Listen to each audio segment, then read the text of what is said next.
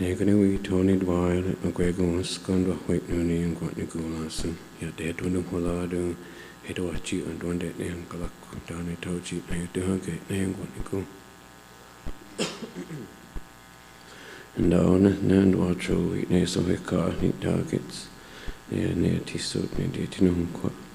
It didn't know where no near Gregon, Deepening when you're ne so he car ni targets ti so Deepening ko ni te ga ni to ngone go na ne ono ti what slowly ne e tungalum hi age galum hi dadi ne sa goli hun o ti sto kwasen ne nen saga Deepening where adum ko ne ye ti so to ne ga we do ni do I go go scan wa wait no ni ngone go lasen ya Deepening holado unchi yeti sotogo ne yeti stokolonya dane toji na yetake ne ngwaniko dane ona ne andwacho ne ge nyano hadio hyakyono dio kyan edo ne agwego skana o yena was ne ondi de kwaiso ngwaniko hage sa ne o hando I went to the nyunge Edine ndwe hek nendo le way no ni Deepening when you gain yano had your hyakyono dio kyan edo ni te gani o to ngwaniko dane ona what slowly ne sudogowana skinendali Neji ne yuli hoana wahadni wakalada de Neji ne dosa hali hoyantos na te jason Jit yung wali horas awado nes de sungwali ho dungeon Nedine Tony Dwight, Grego Uskan, Wahwit Nuni, and Guatnico Larson. Ya de head winning Hollard on Sidoguana, Scanedalio, Dane Tochi, Nayaduga, and Guatnico. Daneona, Nandwa Trovi, Nato Hiscargo, Toko Hidage, Nan the Sedwanohanyo, go Hidi and drunk some by Diso. Natonio, Nasenio. Awado ne Hawantrana Nisha Guego, Sunda Guego, ne de Sangui Honyeto, ne Udani Demsha, negative ne no de way no ne the Sudano Hanyo, go ahead a handle away and ne Sangui Diso, ne to Ganio to Unico, Tonetona got Guini, Sanigaya, Gai Hoin Daku, ne Gano Hanyok done it.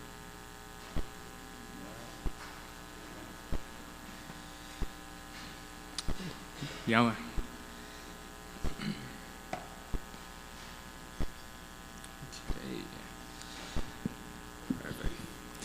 So welcome everybody. On behalf of the Ongwen Hongwe Advisory Group, welcome everyone to the 2023 Grand River Languages Summit. So for those who are unfamiliar with the Ongwen Hongwe Advisory Group, as a subcommittee of the Lifelong Learning Task Force, who were created to essentially make sure that our recommendations, as stated in our mandate, were based on language and culture. And so it wasn't too long ago that, actually about probably 6 months ago, that we've been just asking a simple question, what is our community going to do when it comes to preserving our languages? We know we're the only community, Haudenosaunee community, that has all 6 languages here in Grand River. And so that's where the idea of the Languages Summit was born. And thanks to Kevin Sandy for organizing this in a short time. I think about 4 months we had to plan this, and here we are.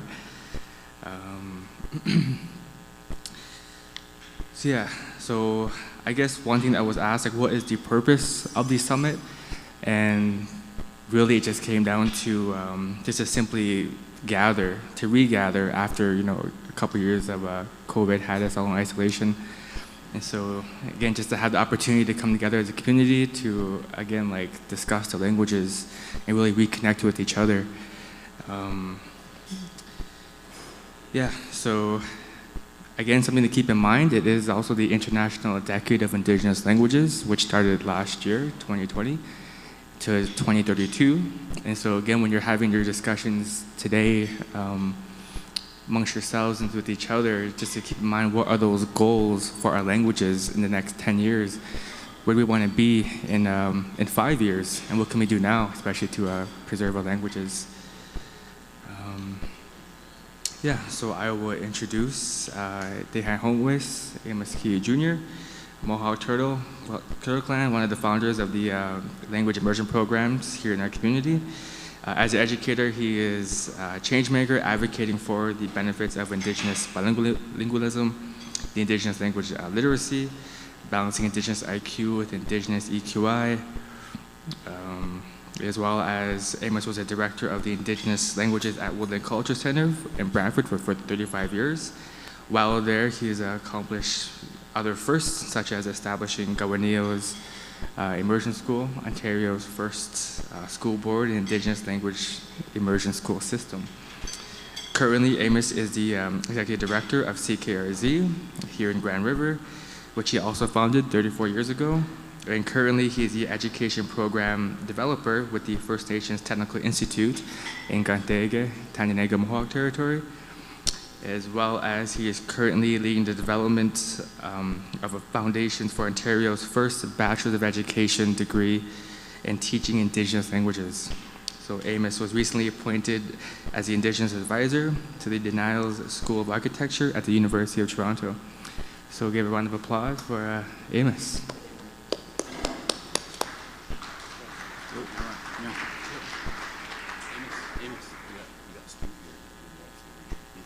You want to do it now? Okay, yeah. Okay, Nyawaskano. Iso di takwadan homonyo sans tiswayo nanto hon wat ni nishwede. Ina igwe ngwatanyo sanyo dre sanyo drone sanigwaba no dan and jungwe honwe nanto dwanagret no shwede. Just like to thank you all for coming this morning to be with us, to talk about our languages and what you are going to inherit as our young people, our young generation that's going to go forward. Many of us are going to look to retirement in a few years, and so we're going to pass the torch on to you. And we're going to start with these summits so that you'll be able to understand what we did 35 years ago to get to today. And I'll have a PowerPoint that kind of describes what we did here at Oshwegans. Just because I know none of you might have been born before 1985, I would think. None of you? After 1985? So this is going to be our history that we're going to share with you in the next couple of hours with our panel, and I'm going to give a keynote on the history of language recovery here at Oshwegan in my work at the Woodland Cultural Center with so many parents, your parents. They're the biggest resource that we have to support the parents are the ones that pushed us to establish Gowanio and to improve they call it native as a second language courses in our other schools. So we'll talk about that as we go on, but our agenda is fluid, as you can tell. Breakfast is a little bit late, so we were supposed to have breakfast earlier, but so we're fluid with this agenda, and we have a great presentation right now from GRE, right? Grand River Enterprises. They're one of the big supporters of language recovery here at Six Nations, and we have some folks that are going to come up. I think Melba.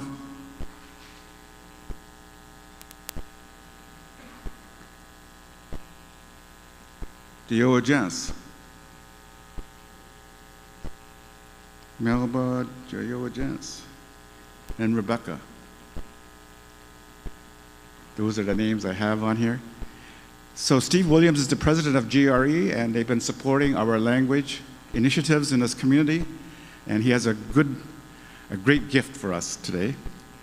So we just like to, I don't know, Steve, you want to say a few words or just present it? Okay. So he has a big check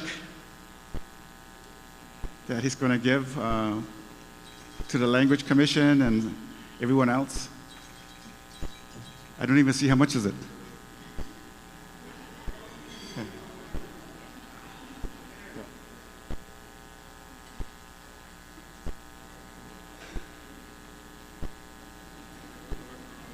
I just cleaned my glasses. I thought it was $250, but it's $250,000 for language. So let's give GRE a big round of applause. That's Grand River Enterprises.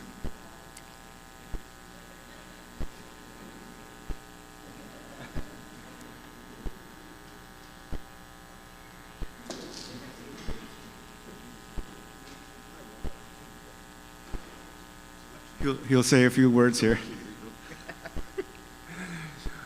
Good morning, everyone. Holy. My name is Steve Williams. I'm president of Grand River Enterprises. I've been president for 26 years when they started. I've enjoyed it. Got a lot of good staff, 420 people working for us. Last year we did the same thing with $250,000. We think this is a great cause, so we're going to probably continue doing it for a number of years. So I hope you have a good week today enjoying this. So thank you very much for inviting me. Thank you. Now it's Steve.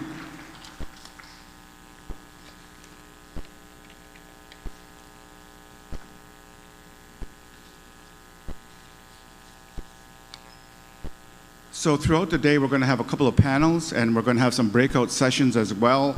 And we'll have a couple of keynotes, one this morning, which I'm going to do, and then hopefully with the blessings of Sung Bayadison, Sarah will make it back in time. But as you know, Kunat Gaunyo, Sarah's family. So we send our blessings out to that family as well, the dear family. Unda we sante. I don't know what her real name was, but she was Mrs. Deer, as all I knew. She passed away in Gatnawaga this week. And they're all over there, of course. We had the Ganohonyo this morning. Thank you, Andrew, for that. I know he works in Oneida language as well, so he's learning several languages. So we thank him, to him for that. I was asked, I think maybe Monday night, if I would be able to step in, or Tuesday night, to try and help chair and facilitate these 2 days when we're going to talk about our languages. I was just asked to do a history of languages at Oswego, and how we kind of moved to where we are now. I have a slideshow, and I don't know when I'm going to get through it all, but we can have copies made for everybody so that if you're going to be talking to your children in the future, you can talk about the history of language recovery here as Six Nations, Oswego and Grand River. There's some housekeeping. Of course, you know where the bathrooms are. The breakout rooms, I'll announce where they are going to be. We have some tickets for sale for raffle. And then we have some phrases that were shared. We hope we can start using those phrases in the next couple of days and the rest of your life. So those are the first couple of housekeeping, but we'll have some more as we go along.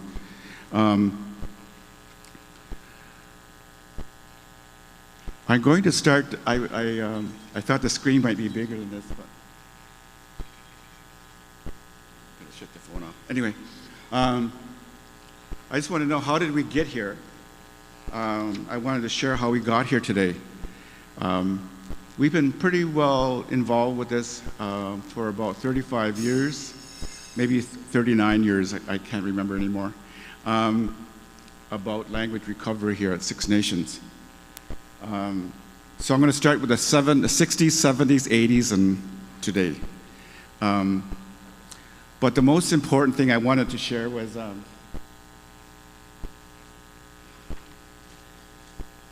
I know you weren't here when all this happened, and I was just at Woodlands when this happened.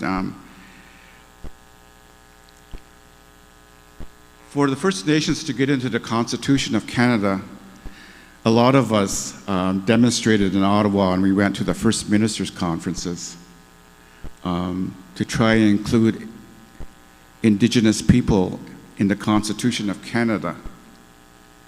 At that point, it was only the French and English in the 80s that were going to be in the Constitution of 1982.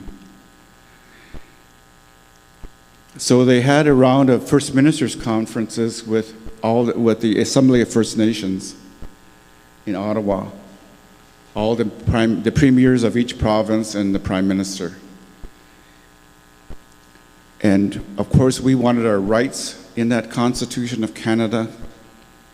It became Section 35, and to me, it's just a footnote. But that's my civil disobedience talking. So I was always troubled with the fact that we're only Section 35 of the whole Constitution about Aboriginal rights. But I think you should remember this. The Prime Minister of the day was Prime Minister Trudeau, who was Justin's father.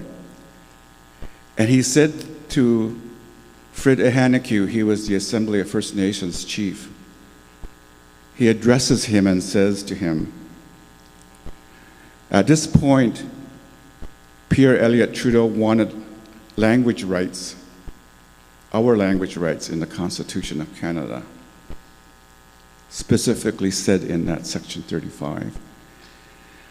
But there was a misstep by Ihanaku, the national chief. But before that, he said to Trudeau that, I think we'll decide what those rights will be. And Pierre Elliott Trudeau, the Prime Minister of the day, says to Fred Ihanaku, the national chief, and this rang very loudly with many of us who are advocates in language. He says to Chief Fred Ihanaku, if you no longer speak your language and no longer practice your culture, then you have no right to demand Aboriginal rights from us, because you will be assimilated with the ruling power. That was the gunshot that went across the country from Pierre Trudeau to all of our leaders and to all of us who are working in language. That if we don't do more, we're going to lose it. We have no rights to language rights. We have no rights to our own rights in this country. So just remember that. You can cite that in your papers when you go forward. This is what pushes us. So I just wanted to share that with you.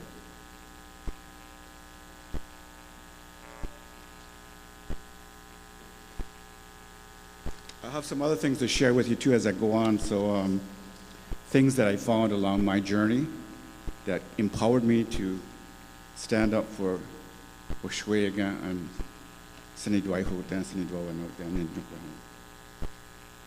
so I'm going to start this show. I hope I can work this, but I just wish it was bigger, but I can't help it in my the way the system is set up, and I wish there was more darkness here, but we'll try it. How did we get here? In 1969, there was this white paper that came out by the Liberal government that wanted to extinguish our rights as Ongwehome, Sanjungwehome, across this country. And that was also under the leadership of Pierre Elliott Trudeau. So he was telling us, we want to extinguish your rights. We want you to become Canadians. So our chiefs of the day pushed back. And they came up, and then the government came up with the National Indian Brotherhood, which was the name before the Assembly of First Nations, came up with their own paper called Indian Control of Indian Education. But unfortunately, it was about English education.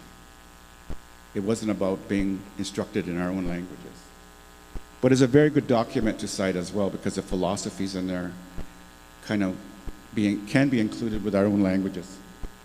So that's the early years. This is when I first got involved with being kind of an advocate and activist. In the 1980s was the growth of cultural centers across Canada that also came out of the Indian Control of Indian Education document. there was established all these cultural centers. There was lots of pushback against the liberal government, so they relented and they created programs. And one of them was the Cultural Centers program. They realized that First Nations didn't want to have their rights extinguished. They wanted Indian control of their education, albeit English education, but that's when it started.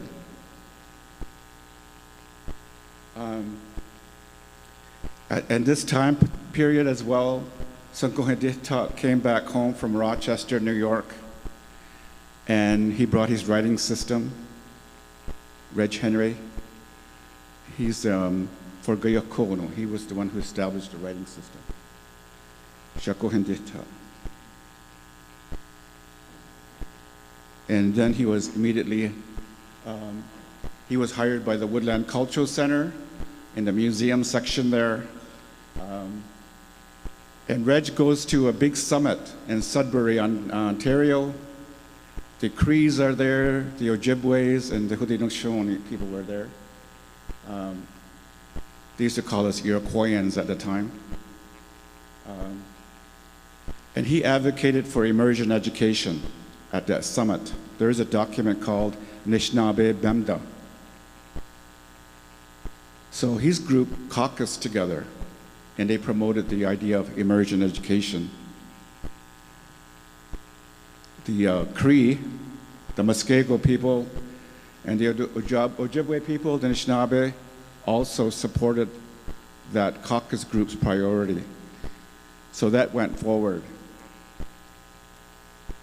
So I come to the Woodland Cultural Center in 1984 as its first director of languages. They headhunted me out of the London Board of Education. I was teaching high school over there. So I came back and to work with Reg. Reg and I used to have lots of meetings. He was troubled. There was some pushback because he wanted to teach Ganohonyang. And of course, we didn't do that. We didn't write it out. We didn't teach anybody Ganohonyang. He was always concerned about that because there was pushback from some of us in the community that said we shouldn't be writing it, we shouldn't be teaching it. So he was conflicted with that. So he would tell me, one day he said to me, "You go do the fighting, and I'll do the writing." So that was our working relationship with Sankohedita. So I worked with him for many years at the Woodland Cultural Center. He always inspired me about going forward and working for our languages.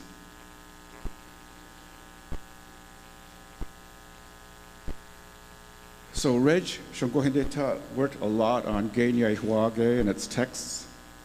He started writing out those kinds of things. Oihowanagi, what he worked on. And then he also looked at teacher training at Western University. There was a guy named Wellesley there that he worked with, and they created the first teachers program.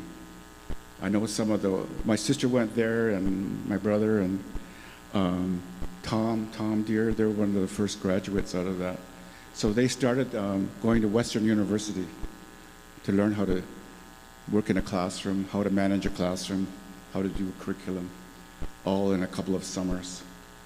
So Reg was really important. He led that because he's such a strong advocate for our languages. So when I got to the Woodland Cultural Center, because of that summit in March '84, to look at immersion at Ashwaubenon, I worked with Claudine Van Albert to look at Gayokono kindergarten. Let's try to pilot that. So we worked alongside each other at the Woodland. We had many community meetings with your parents. Most of your parents are probably there, about the interest level of whether we should look at immersion education. Lots of meetings, back to back, week to week. And at those meetings, because we're just doing a pilot for Gayokono, the Mohawk parents wanted to buy in as well. They wanted immersion for their young people. So they were in. So now we're going to go with 2 languages. So we didn't have a name for what we were going to call ourselves, so we just threw out the first name was the First Language Academy. So we had a couple of meetings after that, and we thought, well, we should name it ourselves. So I suggested we try to use Gawanio. So that's the words, the name we came up with, the beautiful sounds. So after that, we had to find out where we're going to put these schools and where we're going to get the money to fund it. Exciting times. Between 84 and 86, the beginning of Gawanio, the Indian Affairs, of course, was all about English education at Six Nations. They never ever thought about immersion education. They tried to convince the Six Nations elected council not to support immersion. We went to the elected council just to help us get the funding for the immersion schools. So if you ever write a paper about immersion, there's lots of people you can interview. There are a lot of parents you can interview. And but you need to know there was 2 people who stood up in council to support immersion. This is our history. I'll go Shirley Farmer and John Peters. They stood up because at that point, Indian Affairs had met with the band council trying to convince them not to support immersion. But these 2 individuals stood up and I can say pounded the table to say we got to look at immersion. If this is what our community wants, let's look at it. So, you know, Shirley Farmer used to own Farmers, and John Peters, he was in District 5 and a very staunch supporter. He sit in band council. I can remember that night. He goes, I'm an iron worker, and when I go to do my iron working, I can hear all those men from Akwesasne and Ganawag speaking Mohawk, and they just laugh, he says. He says, I can't join them. I can just laugh with them. But he says, I don't understand what they're saying. That's one of the reasons why we got to get this language back at Oswego. And Shirley Farmer, she said, I grew up off the reserve. I never had the opportunity. I made my home part of my life in Buffalo area. We never had language. So they're the ones that stood up and told the stories about why Oswego needs to support language. So the motion was passed. So the band council that same night requested $35,000 to do a feasibility study, to go to the community, survey them, and see whether this is what we want. And they had a tender, they tendered out calls for proposals. Jessica Hill from Oneida won the contract, and she wrote the Jessica Hill report, we call it. You can find it in some of our records. And the number 1 priority was immersion. So we kind of wasted 1 whole year and $35,000, but we got a good report out of it, so I guess we didn't waste too much. But we, in time-wise, 1 year later, we had the priority to go to languages, immersion.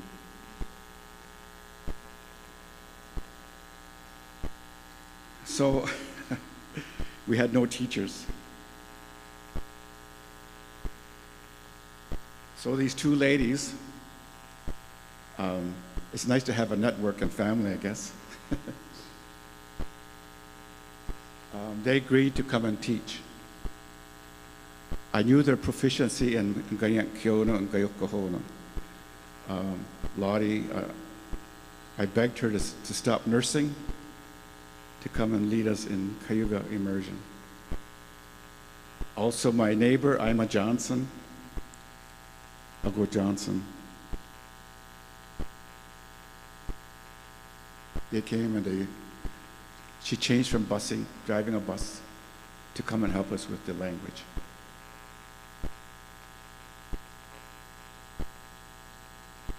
This is the kicker. They both agreed to come, quit their jobs without a salary, without a guarantee of a salary. I'll always remember that. You got to remember that. This is our history. So they were going to lead our kindergarten. Gayuk Kahona was going to be taught at the Vets Hall down the street here. You probably don't remember it if you're early Gayuk Kahona students in kindergarten. Ganyanta, my sister, and her parents, they would clear the ashtrays and their beer bottles every morning to create a kindergarten class at the Vets Hall because the vets donated their site. We had no place to go. And for Mohawk, the Mohawk parents, they cleaned out old number 1 school. I don't know what road that's on anymore, but anyway, it's over here. Diane was just telling me they had, I remember this too, they had white pails for their chairs for the Mohawk students. All the parents went and bought pails and they put pails out there for the students. You have to go back to how those days were. Indian Affairs wasn't supporting us. But the parents pulled together, they cleaned these schools, cleaned the Vets Hall every morning, and they had class. It was a really nice time. Talk about community development. Everybody was on the same line. They all agreed with each other, and it just happened. And then these 2 ladies started the classes. So I always honor the parents. They're the ones that really were the strongest resource. They fundraised, they had bake sales and things like that to at least give grocery money to Lottie and Ima and gas money. That's what they did. All kinds of fundraising. In 1986, even though we had the Jessica Hill report, the parents were adamant about keeping their language, wanting their young people to have language. Indian Affairs, INAC, and in their Northern Affairs, Canada, weren't convinced. They lollygagged about getting us funding. So we go into election here at Oswego for elected council. And Bill Montour, here's another person you got to remember his history. He was elected chief at Six Nations. And he took our team that were trying to find money with Indian Affairs to Toronto. We packed up in our cars. We went to Toronto to their boardroom on St. Clair Avenue. And Bill brought us in with the feasibility study. Across the table was the regional director of Ontario and his crew, his staff. We presented the feasibility study. It's exactly what they wanted. And we had a conversation. They decided to go to another caucus room. They came back and said, we're going to fund you. So the leadership of Bill Montour will have to be written in our history books for taking us to Toronto. At the time, it was myself and Ron's father, Ron Thomas, Harvey Longboat Camp. There was the people that we went to Toronto. And it was a very interesting time.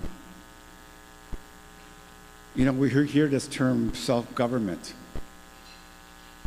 Witnessing that meeting is what self-government is about. Is you go and you make your pitch. And you say, this is the reason why. So this was a great moment for us at Oswego here. So the rest is history. Gawaneo immersion grows from kindergarten to grade 1. The parents wanted grade to grade 1, and then to grade 5, and then to grade 8, and then finally grade 9 to 12. It just sort of slowly grew. As their children moved, they demanded more, that we should just keep it, the whole thing immersion. So Gayakono was the language of instruction. They borrowed all the Ministry of Education curriculum, and they created their own. But they taught all the 3 R's of the English education in those languages. So the parents create their own Board of Education. And because we're not a tax revenued or supported school system, we had to be a private school. Public schools are for tax-based education in Ontario. So we had to go under a private education stream and regulation within the Ministry of Education.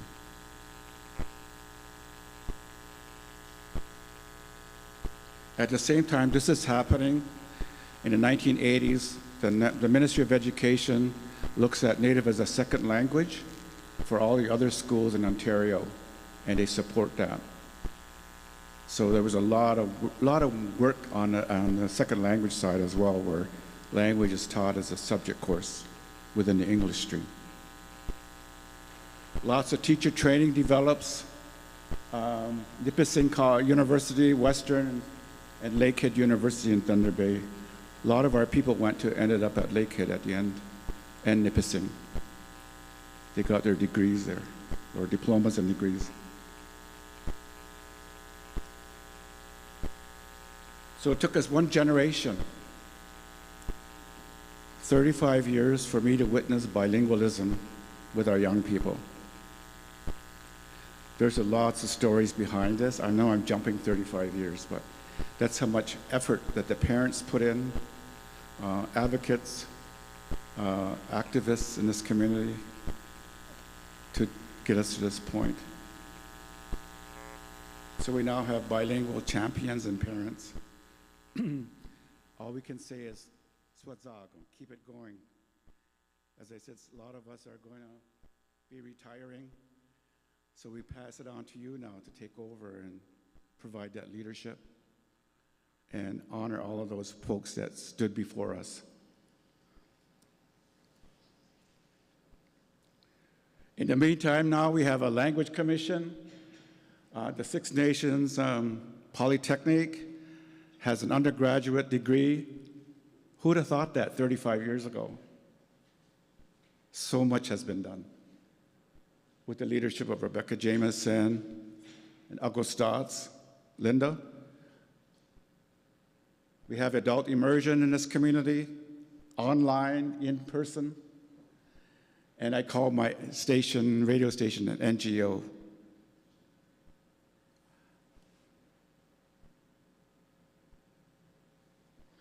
So we have that available for our languages to hear if we want. Non-government organization is what we call our radio station. We don't get funding from anyone. We fund it, the community does. Meanwhile, back at Woodlands, we're looking at immersion, helping out as much as we can. Myself, I didn't have enough space to put all the names of all the people that worked with us throughout the years. Reg, Alfred, myself, Fran, Lottie, Nora, Carrie, Dr. Carrie Dick, and all the faith keepers that came into Woodland to record Genyoihwagi. All those folks are gone home now. You can get quite emotional about that. But that's their legacy that they left us. Gordy Buck, Hubert Buck, Peter Sky, Guide. I try to remember all of them. They would come up there and sit themselves like they were in a longhouse, and we recorded them verbatim, put the music right in there. It was great having a longhouse at the Woodland Center on the 3rd floor, where they were probably beating up our kids for speaking their language. So it was great having that. It was like medicine, having them there every morning. But they're putting through Genye Huage. So those recordings are there for the next generations. If you need to find out something, that wado or whatever, that gando, you can go there and listen to these tapes, these digital copies. It's a listening center. You can go and hear whatever. We have some Ganikota Gaston recordings there of Alfred. They're being edited right now. It's video. He talks about each of the Genye Huage ceremonies throughout the year.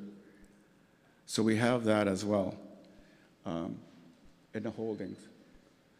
And we have entire Gaihuio recordings in Gayakono, Gayakyono, Gega, and parts of it in Seneca. That's when Huron got sick. He didn't finish the Seneca recordings. So that's available for you as well. We have the whole section on funeral speeches as well. The protocols is all recorded there. You can go and listen to those as well. Some of it is annotated for the database, and it's also transcribed, some of it, and some of it's translated.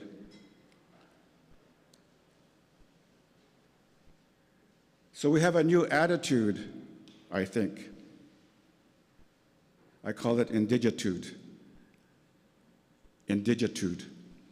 That's our own attitude about who we are now. So I just coined that. I used it at the university last week.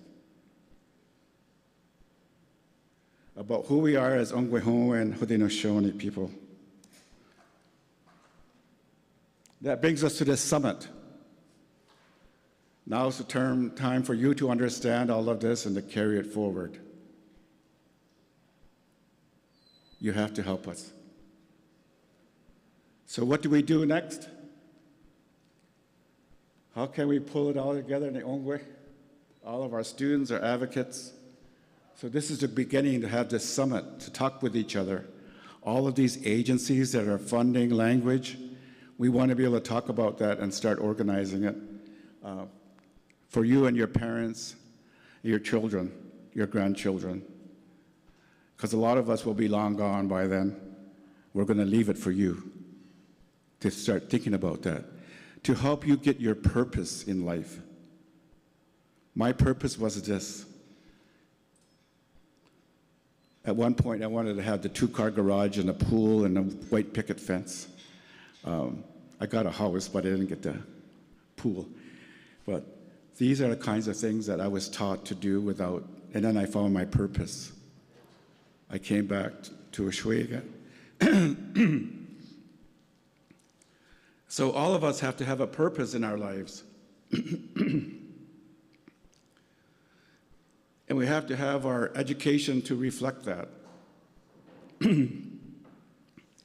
If some of you go into teaching, you're going to learn about social development, emotional development, the physical development of your students. What I advocate, and I've done this at the university even, we have to now start looking at our spiritual development. That's not included in pedagogy when you start looking at curriculum. But this is proof. We have proof in our pudding here, our royal jelly, that it's important to have the spiritual development of our people. And mainstream education does not include that. The spiritual development. So we need to look at pedagogy, and I call it indigigogy because we put in the spiritual element of who we are, of our being.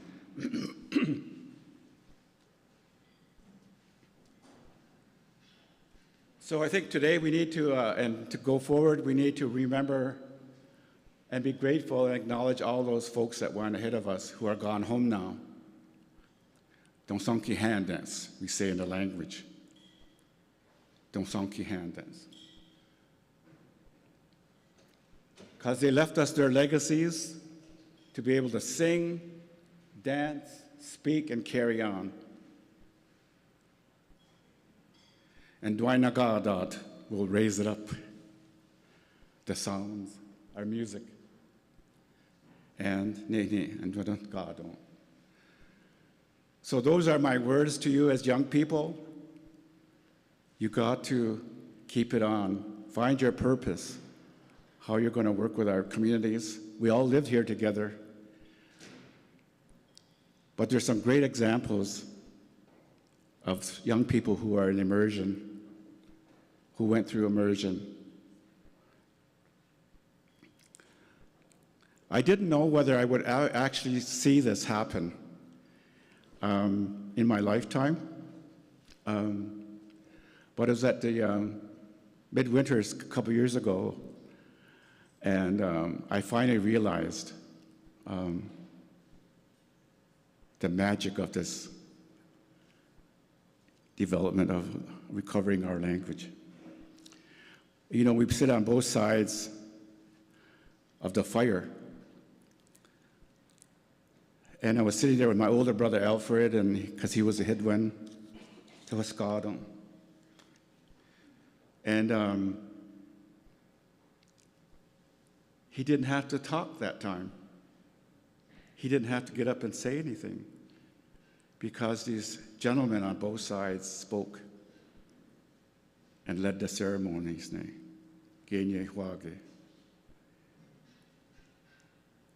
For all of us, or for me especially, witnessing that, it was a moment. Who'd have thunk in 35 years we would have that? And that's happening to all of our longhouses. Our young people now are taking the lead.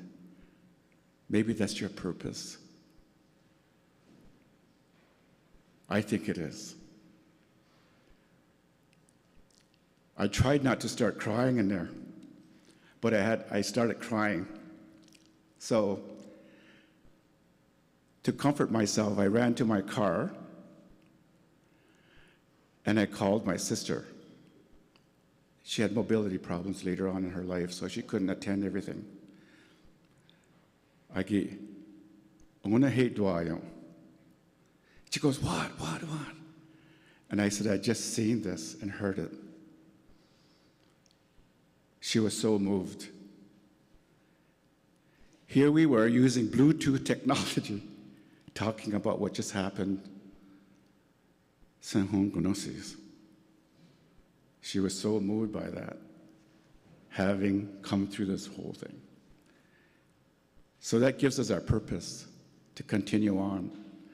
We have a lot of champions. All of them I didn't list, but you know who they are. And we've got to try and help the Onondaga folks. Betty was such a strong champion for her language. That was a big loss.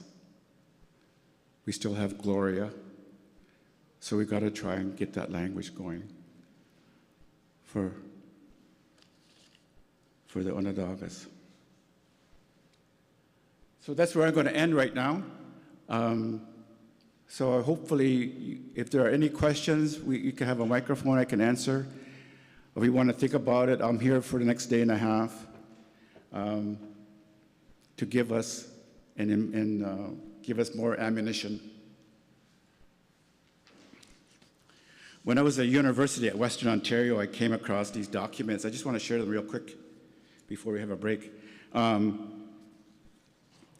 Akwesasne Notes was a newspaper out of Akwesasne, of course, and they had a book called Pagans in Our Midst. It used to burn me when I used to hear that term, barbaric, uncivilized, pagans.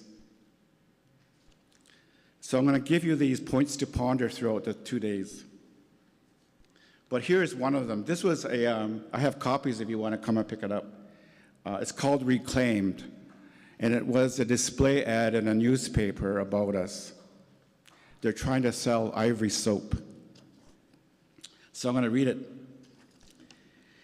We were once facious, fierce, and wild, in peaceful arts unreconciled. Our blankets smeared with grease and stains from buffalo meat and settlers' veins. Through summer dust and heat content, from moon to moon unwashed we went. But ivory soap came like a ray of light across our darkened way. And now we're civil, kind, and good, and keep the laws as people should. We wear our linen, lawn, and lace, as well as folks with a paler face. And now I take, wherever I go, this cake of ivory soap to show what civilized my squaw and me, and made us clean and fair to see. This burned me up. This was actually an ad in the 1800s trying to civilize us, they said. So if you want copies for your research paper, you can come up and get, I have copies. The other one that burned me up was in 1922. Duncan Campbell Scott, who helped impose the elected system here at Six Nations and created now he didn't create the residential schools, the Prime Minister of this country did. But he was one of the lieutenants of the early governments. Duncan Campbell Scott. He was the head of Indian Affairs at this point. Here's another point to ponder. All of our reserves in Canada had a white Indian agent to control it. They were the jury, they were the police, and they controlled our people, our parents, our grandparents. They had to have permission to leave Oswego to go to Caledonia. They had to take this green card that said they had permission from him to go to Caledonia. My uncle tells me these stories. He told me these stories, I should say. So Duncan Campbell Scott helped create the residential schools, and he wrote this to all the Indian agents in 1922.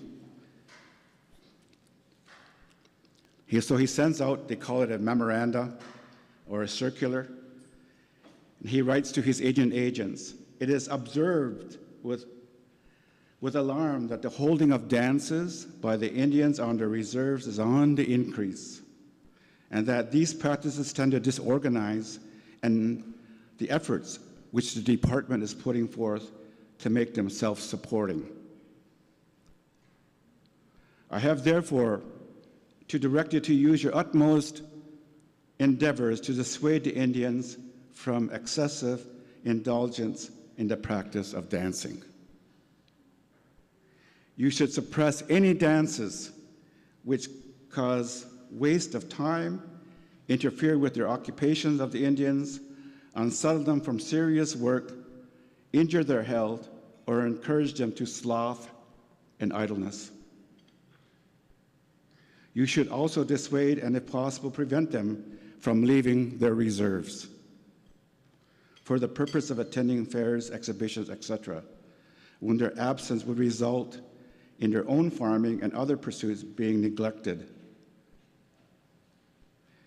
It is realized that a reasonable amusement and recreation should be enjoyed by Indians, but they should not be allowed to dissipate their energies and abandon themselves to demoralizing amusements.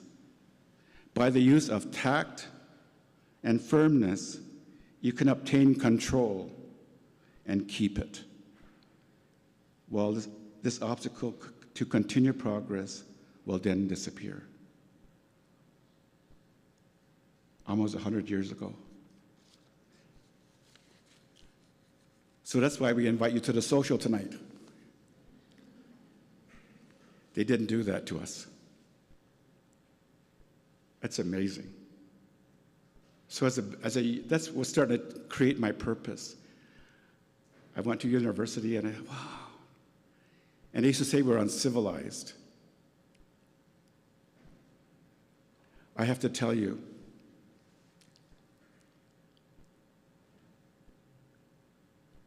how can an uncivilized community or a group of people have the world's first social democracy based on Gayat Shwak Goa?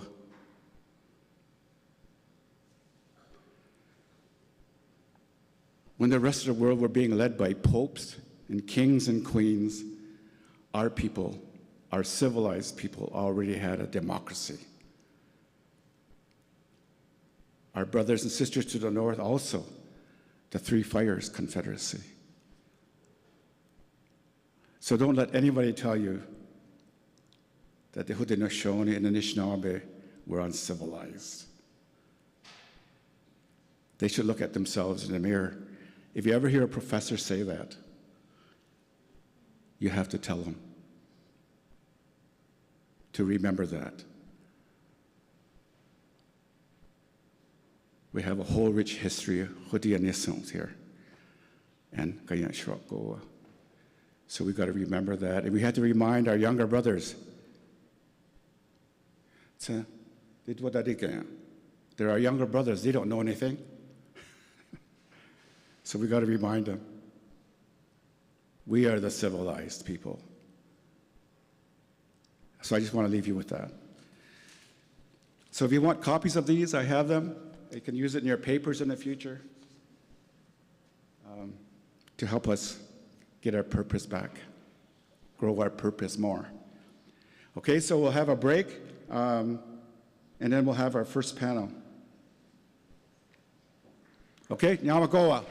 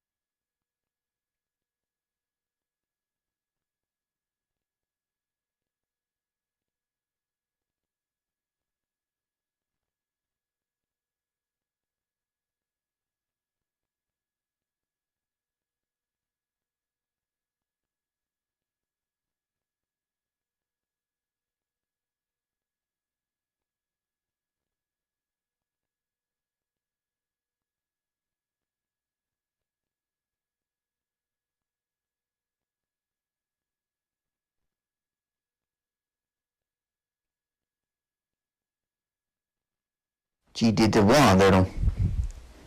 GD wanderum. GD wanderum. Ungwawana sua. Ungwawana sua. Ungwawana sua. Ohandum yawanisera denunje. Ohandum yawanisera denunje. Ohandum yawanisera denunje.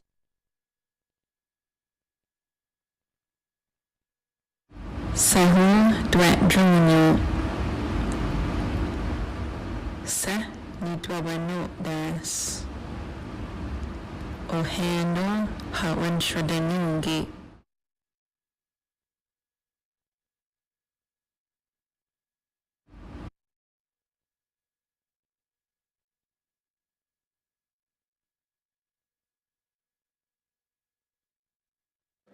You picked up your munchies and your drink. As I said, this agenda is kind of fluid, so we're working with it to help everybody get some ideas about what we did with language. Ganika Yosta is going to help us with this next panel. And she's going to call up her members, and she's going to give a background of the theme of that panel so we can hear from these champions. I call up people who work in language champions. So she's going to give a background on it. And she's from the Woodland Cultural Center. So I'm glad she's there. And did you come from immersion too? And she came out of Gawaneo too, so I'm so happy about that. Huh? Ayel Thomas, wait. So anyway, she's going to share and take over the microphone and set up our next panel so you can hear from these young people talk about their journey. Ona.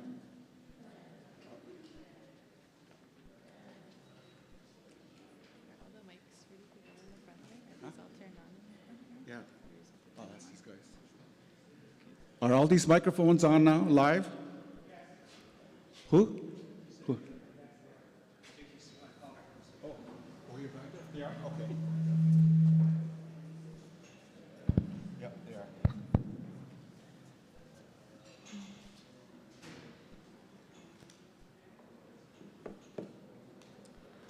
Skena so gwego knigiosta negiaso tahioni ni wageshoda kayo kono ne wakwanzoda ne nanto hit ni hwenzage do gahtengyo chigiksa akadewaye saho Ayel Thomas and Trinity tage negotane do dewesta kayo kono saknikwana dewasa na dawanyawi geiskai nyushage kam tonho akadewayes Hadeo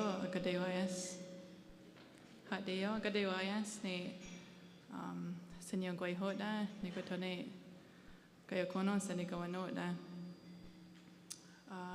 Ona and Dode Nyanda ne panel discussion. Sorry, it's a little echoey, so I gotta dream up.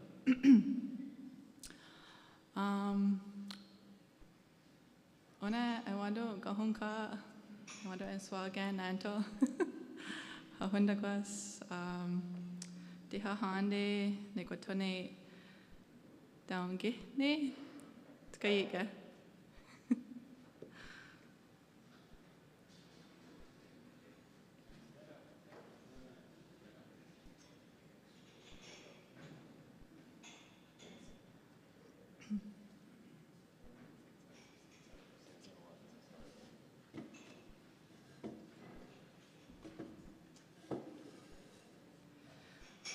Ona watne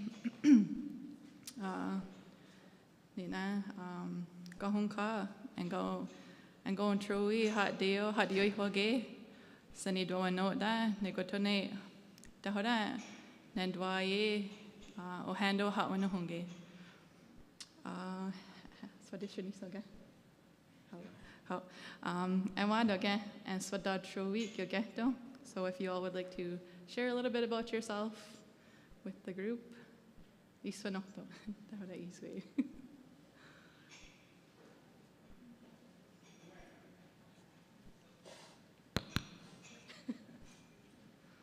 How? What they dream again? how the Swahi. I hear you, Nick, you get no. It's okay. I've got no hanyo. Not to home with scan on your kinachi, Nicks and young widagi. Nene or Guinyo Gadoge, at what town don. At what town yours and yo nane. Hard day on, and it's some quite for ya say Hawaiian and down. Nene, her there, agnostic. Nene, it's an young boy who there, it's an governor there, Nene, home go hungry. Nigine, you get them, Iwi, it's needs point there. Nene, her Honda was sneak yaso. Nene, Nagway, never get shout there. They had nail on the walk on the go for there. Nene, and get scared. Tony Shrade, what hits on, a guard ton day. Hot day on, how when he stuck not near Taiho went, and he was a note there. Then they are hard throw with the hot and neon dress and sweet go while I am on it. Nigine, I got to know Nigi. Wego, I got why eat, turn home, Nishrade.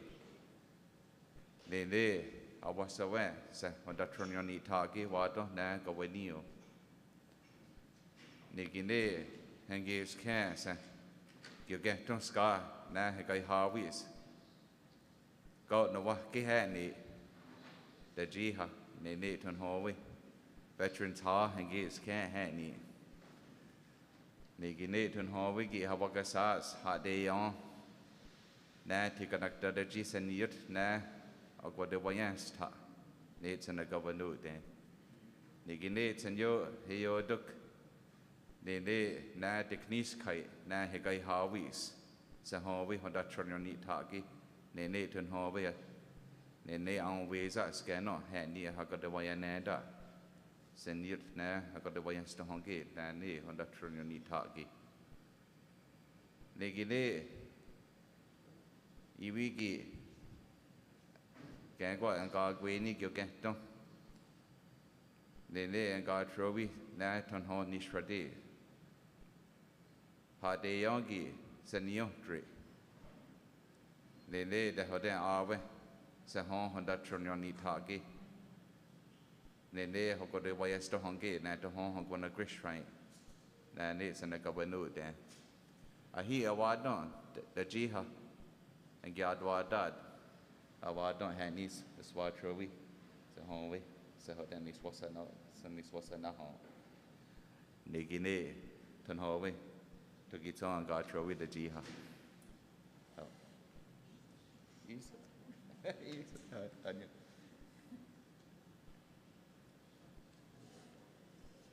But I throw it so. So I told it so go. Scan out so go down get ni so.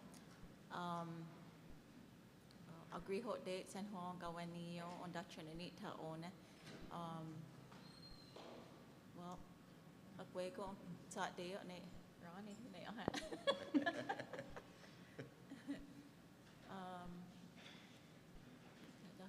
Đó how that says what true as I got through it on when they want me. So I don't know. Yeah. That what they need to that how that's what true or yeah. Yeah. I'm just going to talk about a little bit what Ronnie mentioned in case some of you may not understand everything he was talking about, but and what Amos talked about being starting at the Veterans Hall, like Ronnie mentioned, like Sweke, I don't so Shriako with. We see ni Shriako. So at the Veterans Hall, like that's what he mentioned. That's where we started, and I remember even before that, I was talked about.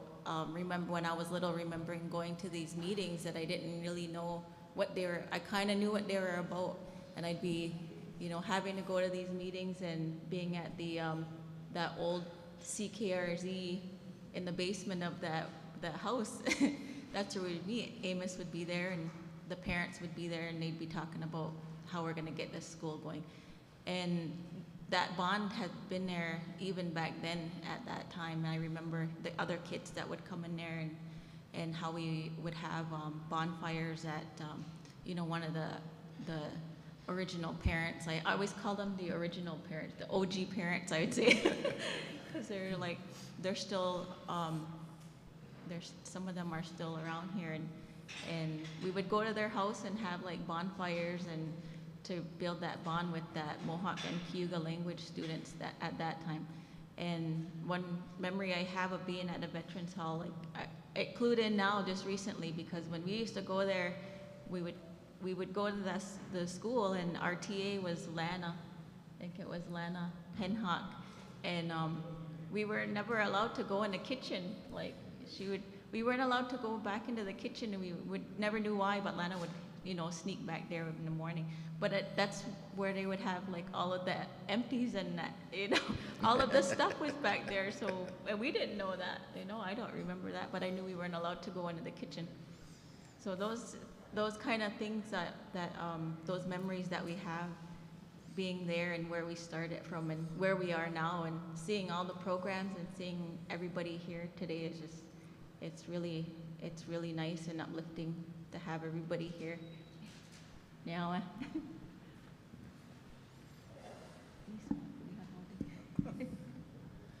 Sego sebe guego, de honadi ni waksanota, wagani gahaga, no ojake is what did you under the oswego zinunt kider. Sini osirage, you're the heads to know, agirum asani wasa, the osirage zina head to wagadaso. Nay, ragano ha gaha. Got to talk to Rundakwe, Yahino Zinue. Dahnu Ungiota, the Tkarundo, or to us whiskey or Sarage. Nagadi, Nona Saga, we got to Raganoha Guase. Wahad the Deron Hiaga there. Near up when you go Harage. Nay, Nordi, Etagi, Yawinoto, Nene Ongwana. Dahnu got to Zitkahiosaya. Oswego, Zinoe. The one at Gojin Jayandako. Eto Ganu Sodako and a deal Ska Honqua. Danu Sahigane, Regino Haga. Dahnu Wahakrori, Nyori, Yori Huana, Nene. Anzaya Guayuta, Nene Ungwana already wage. Wahagiri wanu say, a water go easy, Kadi Honyoni, Agahage. Agero, Raganoha. Raksota, Tanaksota, Runkakwe. Nekti Yatyungawayo Stani, Ne Iagadadi. Tania no one of the Wagero, Agat Gata now, Nizer, Nyori Ehtage. Yawinoto. Mahara Tondese, Tituagenuside, Hunguri Hunya. Doske, 8 to Niawa. Nugadi, Ojage, got to Tunis, Tigat Gatunius, Nay Nihadi,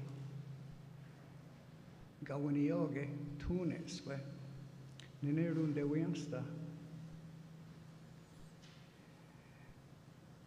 Ne oni tagadasa.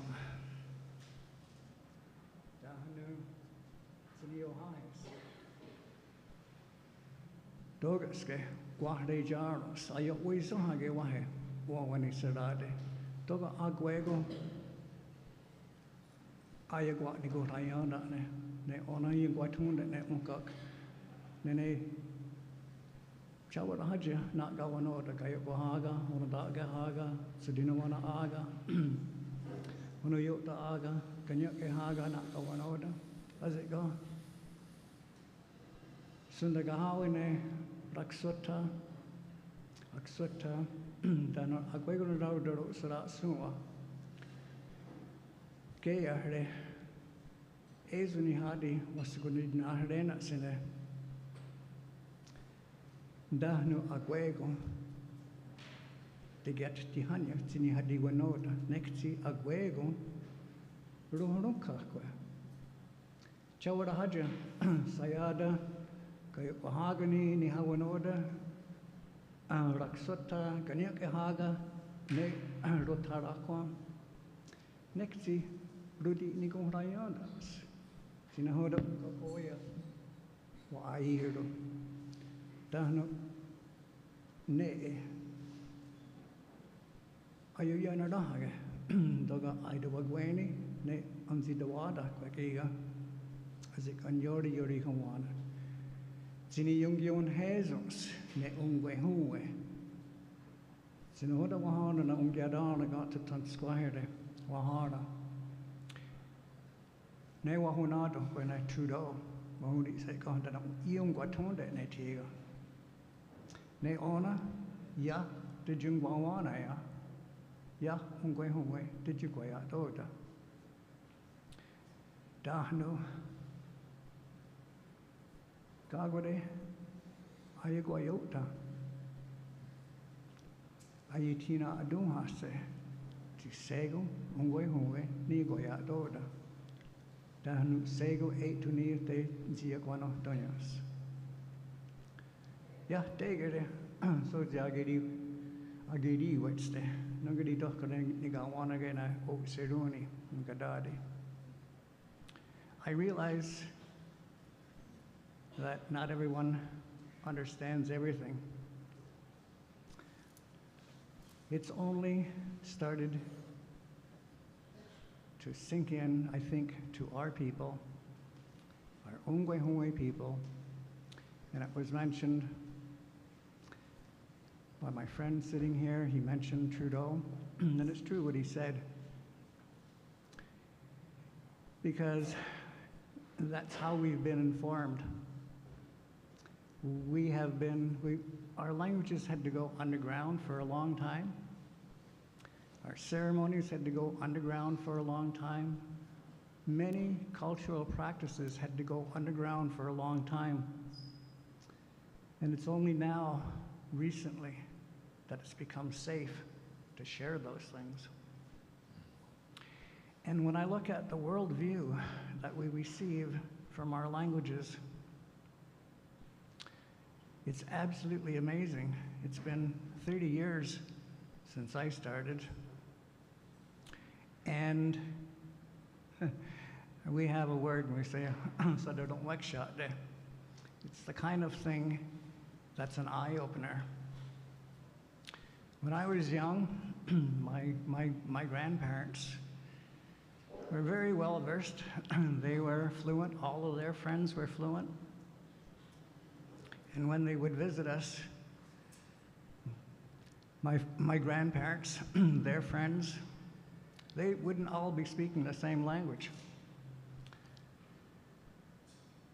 I could tell, even though I wasn't a speaker, that they were talking a different language because they sound very differently, even though they're all, shall we say, grammar-based, the same. It's very different, the sound of it to your ear. And I could tell. I don't know what languages they were speaking. I know it was all Ongwehongwe languages. And they could all understand each other. And to me, it's been a real eye-opener because our languages contain so much of the thinking of our ancestors that we can't get that knowledge any way else, any other way. And we know that our surrounding societies have a mandate to do away with us because they don't want to have a distinct society within this land that we live on. And I'm not going to go there because that's such a political thing, but the fact is we were born as Ongwehongwe people in a political environment, and that's just the way it is. So we have to really dig our heels in. I mean, we know how hard a road it's been to get this far. And it's absolutely amazing the steps that we have made. In the community now, there are many people that we can speak to, which didn't exist even when I started. Because when I started, this is close to 30 years ago. Well, it was actually 31 years ago now. I was told when I started that there were 125 speakers here at Six Nations, and my grandfather, even he said, and all the other speakers that I asked for advice, asked if they would teach me Mohawk. Every one of them said, why do you want to learn Mohawk? Because the clause of assimilation is so strong that they even believed, all the speakers before us believed that it was of no use. And I found just the opposite. It is of invaluable use. It totally grounds us in who we are, because we don't think in our traditional languages, we don't think like the conquerors. We have very different values, and it all comes out in our language. And it's been a long road. It's been a lot of hard work. And I have to really congratulate all of the people. I see a whole bunch of people in here who have been on this journey. I see some students in here that were some of my very first students of 31 years ago. And so many of our people that have studied the language are now moving into the teaching place. And that was one thing my uncle said, and this was maybe 6 months after I had started studying with him. He says, now it's time to go use what you're learning. Teach it to somebody else. And the fact is, when you do, it's easier to remember, because you have to learn the material first before you go out there and teach it. There are many things that we haven't done with the language yet, and those are our goals. And I just got to send a big hug out to all of you who are involved.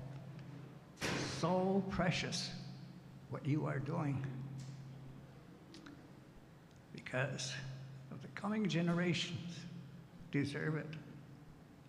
They deserve to know this precious knowledge. They need to come to the point where their voice is cracking up when they speak, just like mine is right now, because it's so encouraging to see just this kind of a gathering where we talk about the things, we talk about our successes, we talk about our failures, and it only proves that we need to. I wore this for a specific purpose today, and I think everybody knows what it is. And that's our community. And this will not exist without our languages. Our Constitution will not live unless we back it up with our language. And that's the reality. It's real, and we have to stay real. We have to keep moving forward. We have to keep collecting those people, encouraging those people to join us. And more young people now are realizing the importance of it being a part of their life. Learning a language is more than just learning a language for us. It is, in fact, practicing being Ungwe Hongwe, an original person. We know the connections, all these connections connect the energy of the earth with the energy of the sky world. And it's real. The more I look at our languages, I'm convinced that this language didn't originate here on earth by people like many other languages have. English, for instance, is made up of, I don't know, five or so different languages. That's why it's so universal. And ours is not. As a matter of fact, the linguists tell us that our language group, and there's a lot, I don't know exactly how many, but it's more than 6. You know, there's other languages, there's Wyandot, there's Huron, there's Cherokee, that have similar vocabulary. So we had a huge network of languages. And the one that's never spoken of is the sign language. We had universal languages that we spoke with other nations with that weren't even part of our language group. And it's evident when you hear them tell their stories, their star connection. And their philosophy is very, very similar, even though they talk about it in different terms. They talk about it in different, they tell different stories. But when you look at it, it's kind of like a parallel understanding of who we are, of our place here, and our purpose here. Because I don't know any other language that tells us what our purpose as human beings are here. Welcome to the race of humans. I don't know what they're racing for, but the fact is they call it a human race. And it's not about equity like some races talk about. It's about equality. It's about recognizing that each race of human beings, and this is what comes from our language, it says in Mohawk, it says Ungwe Suwa. Well, that Suwa suffix means a variety of people. So when we greet and we give greetings, love, and respect to Ungwe Suwa, we're talking every single race, every single language, every single ethnicity in the entire world of people. That's our concept. That's just from that one little word. Ungwe, human, Su'a, the variety. And our language is full of these eye-opening experiences. So when you invite somebody, someone, a friend, a family member, to start learning language, they're in for a lifetime of learning, a lifetime of joy, a lifetime of discovery on who you are. Now, go. Yeah.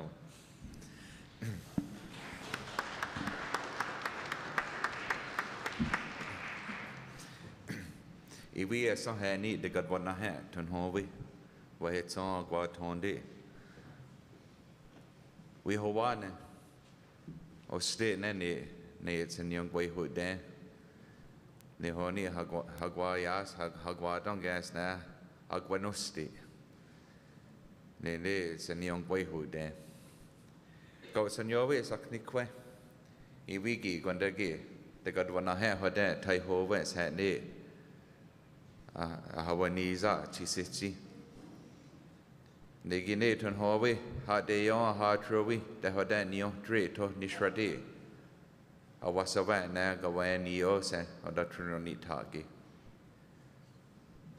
Nene ton ho Seneca, Godai Honianisto, ton ho Nishrade. When do Nene, Hadeo Hane, Gonoha, Gonha Hane, the Waxton. And they are gone the way as gone the way as to Hongi, the Hodet Naga Yanton Ho Wihwagi.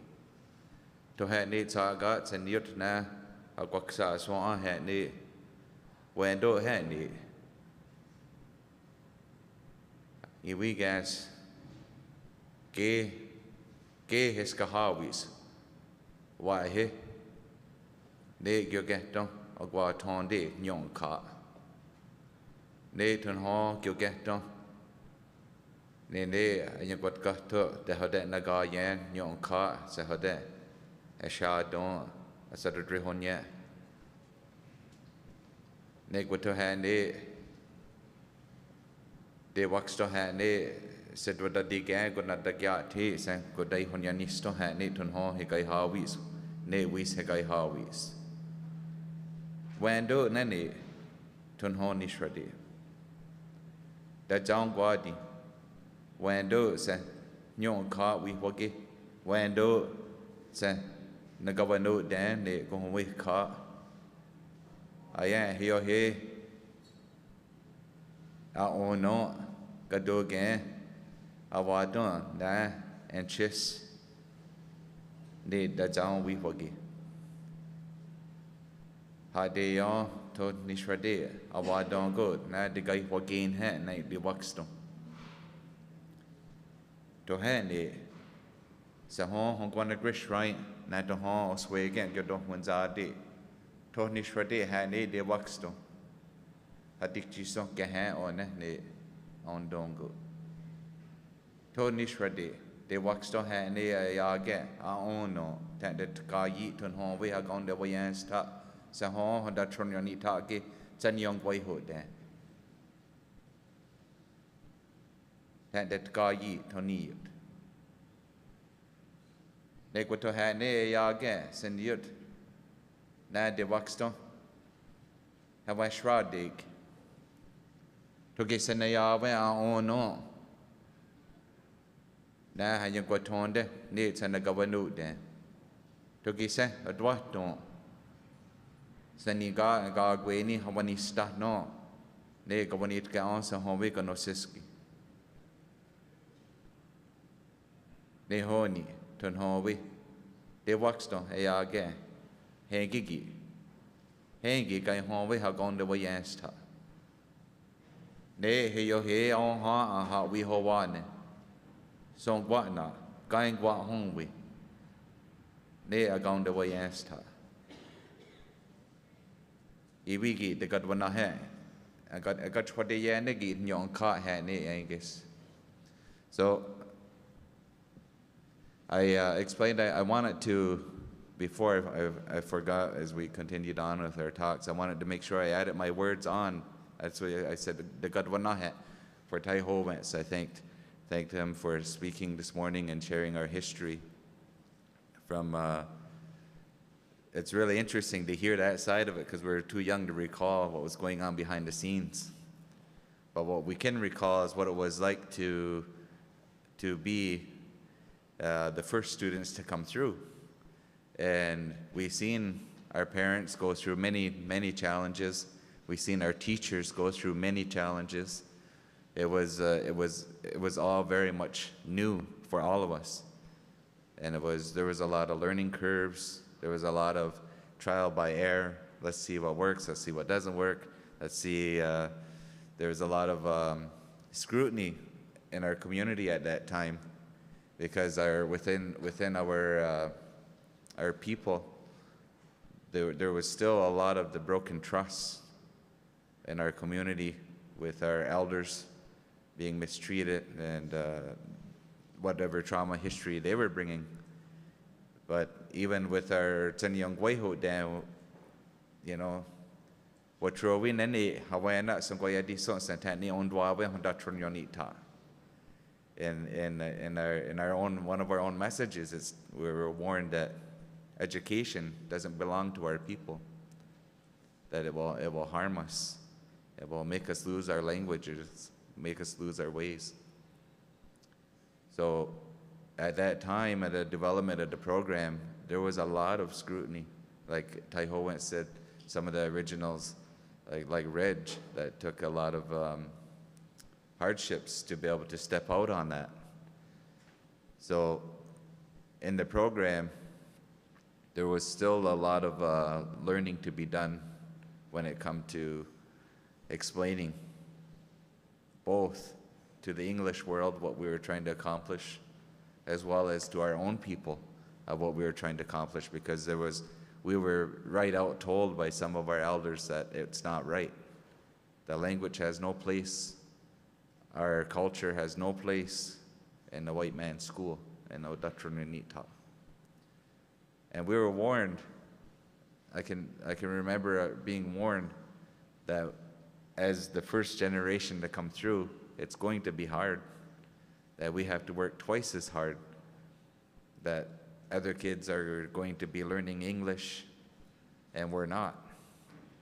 And we're going to have to learn when we're at home, and we're going to have to learn when we're at school, on both sides. So, and we were also warned, not so much in the school, but I can remember some of the other speakers like Jake Thomas, Jimmy Stiers, Hubert Skye, and Alfred, that they would warn us that there's a new standard. You know, people there's some people that are watching to see if this works. So they're gonna hold you in a different way. So we would be reminded that you have to have a thick skin. You have to use ganikuyo, and always to remember to remain respectful and try your best to have awenhautne, to use kind words. And if you're corrected, that's okay. Thank them for correcting you, but ask them to tell you where you need to be corrected. So that was their way of telling us how to make sure that if there's criticism that's going to come forward, to make sure we do our best to make sure it's constructive. So I give a lot of thanks, and I'm very grateful and a lot of gratitude to our parents and to our educators for facing that scrutiny and not giving up. And it was scary for them. I can remember going to the meetings too, because these meetings would happen periodically. And it was scary because they thought, are they learning? Why aren't they speaking? Why aren't they using it? As soon as they go outside, they talk English. And when they're in the classroom, they don't say anything to each other except, can I go to the washroom? Can I have a drink? Can I this, that? Can I sharpen my pencil? Is this really working? Is it not working? How? And then there is another group, the other side of the logical mind of some of the parents, were their biggest fears of the other critics of saying, how are these kids going to get along in the real world? How they're not going to know how to talk English, they're not going to know how to read or write, they're not going to be able to get post-secondary education. What kind of jobs are they really going to have? So our parents were against a lot of different anxieties. As a parent myself, I think that and think of how much trust and faith you had to put into that. There was a lot of praying that took place in those days with all of our parents and our teachers. And I can definitely say that the first part of language was definitely, there's a whole generation, even within our generation gap, that I'm sure some of you have in your families too. There was a generation that they understand, but they don't speak. So as students, that was definitely a big number of years where we were understanding what was being said, but we didn't have the confidence to speak it. So those of you who are learning, Swajago, if that can resonate with you in any kind of way. And as well as keeping some of those values alive as well. That times are different, and it's really uplifting to see. Like we said, it's only been a safe place. It wasn't. I don't know what you want to say. It wasn't as prideful to everybody to be Ongo Hongwe all the time. Like even within governance, even within meetings, like you wouldn't hear Ganohanyuk to open up. You wouldn't have we wouldn't have these types of summits and language conferences. It wasn't like that. So this is really meaningful, and there's a lot of healing that's taking place as well as we do this. So, note then, when it comes to with this stuff, with our language and our culture, one thing that I was always told was it would say, "Tugiton de wagage hangi, or then you don't ne on kisusut gehan." He says, "I'm only passing along what was passed to me." And it's important that you always say that moving forward, that you share what was shared with you. So even outside of Gawanio, it was always a very, very unique education environment, because we would do field trips and we had a lot of guest speakers, and they formed a lot of different relationships that way. When we got to spend time with people we would never have had time with. That's what helped repair that generational gap. And maybe they didn't have the credentials to be an educator, but they certainly had the credentials of being an elder and having our teachings and our culture. And we would have days where Jake Thomas would come in, or we'd go to Jake's. We'd have different guest speakers come in. And it was always encouraged for us to go to Ganoses so that we could hear the language being used, so that we could practice our songs and practice our own speeches. So there was also, and those times when I was glad we were warned, because there was times as well that when we were at Ganoses, I can remember trying my first few attempts speaking at the Ganoses, and whether you want to call it tough love or not, but it was different in those days. I think they have pros and cons to both ways, because I do enjoy this Awen, so we can talk openly and it's a safe space and there's more understanding for one another.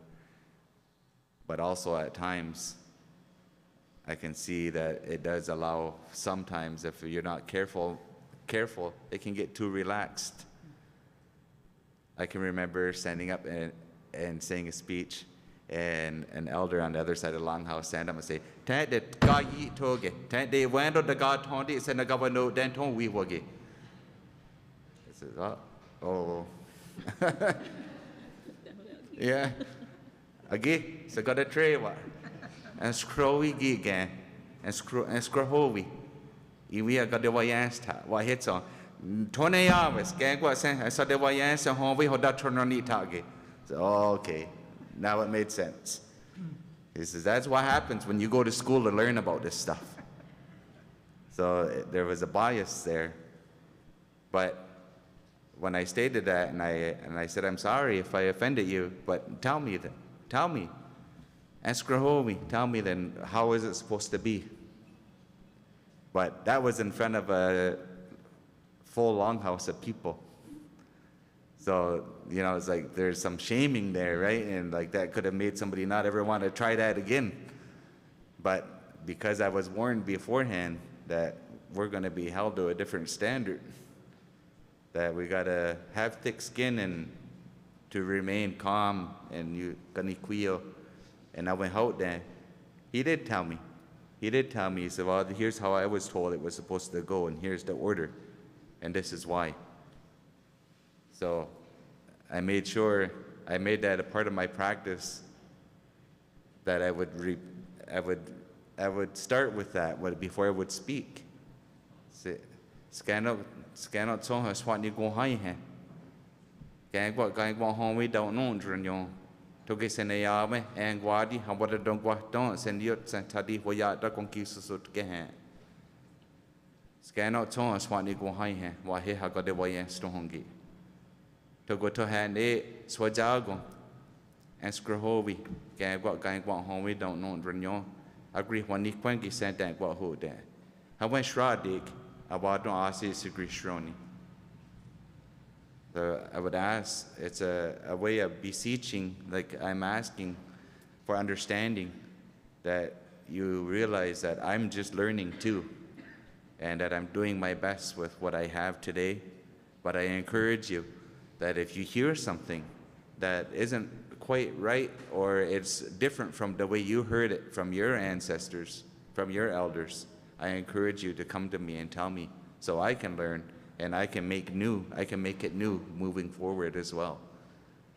And that worked really well for me. I often say this a lot when I do speak. I was the person that would always be saying, that we what, that neo. And I would take that until I got into a corner and say, because that's the way it is. Because I always thought, I said, the day's going to come that I'm going to be asked some of these questions. Why is it that way? Why do we say it that way? Why is it in that order? We got to be ready to answer some of those questions. So I would usually take that until I was told that. So I was grateful for that, because I took a lot of notes, and grateful for our elders that took the time when they could have been, like Taihoa says, in their retirement age. You know, they had plans on traveling and doing their own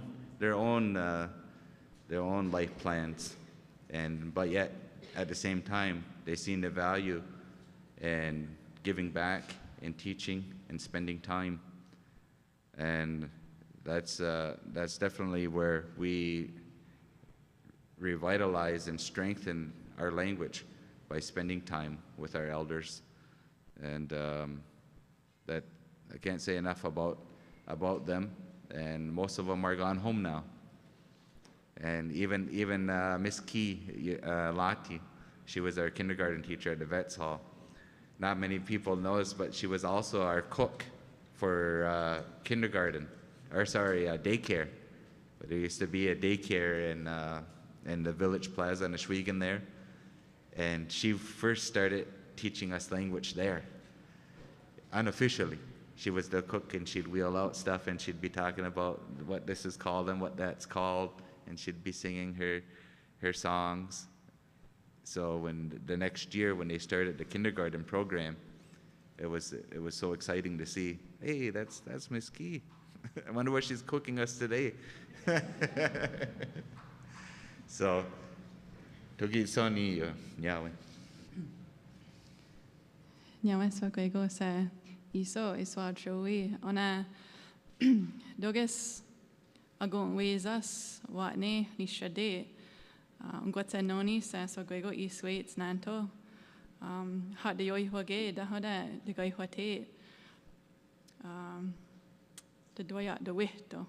So we have a lot to think about moving forward. What jika de yasta gengwa ho again hik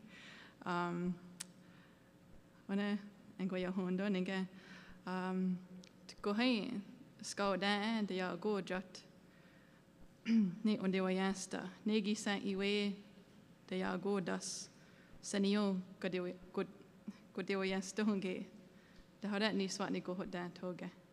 So the gadwana dini toga. So sometimes a learner will meet something that might try to stop them from learning. What are your thoughts on that?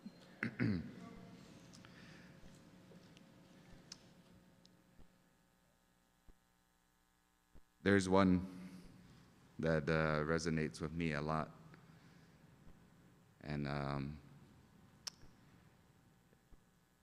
this came from one of my teachers.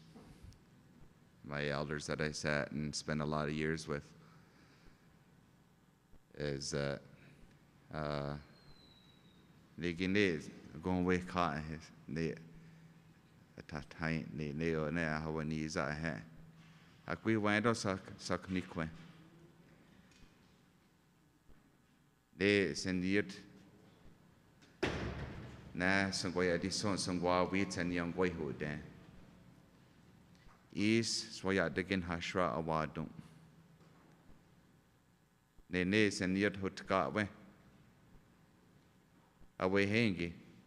Gangwa, send a governor note there, send a guy note there. They gonna get a wadon, assist her, a wadon had got niqua. Nehoni, what row we turn hall, go when it gown. Gangwa song guana. They on don't go night to hall when zagi.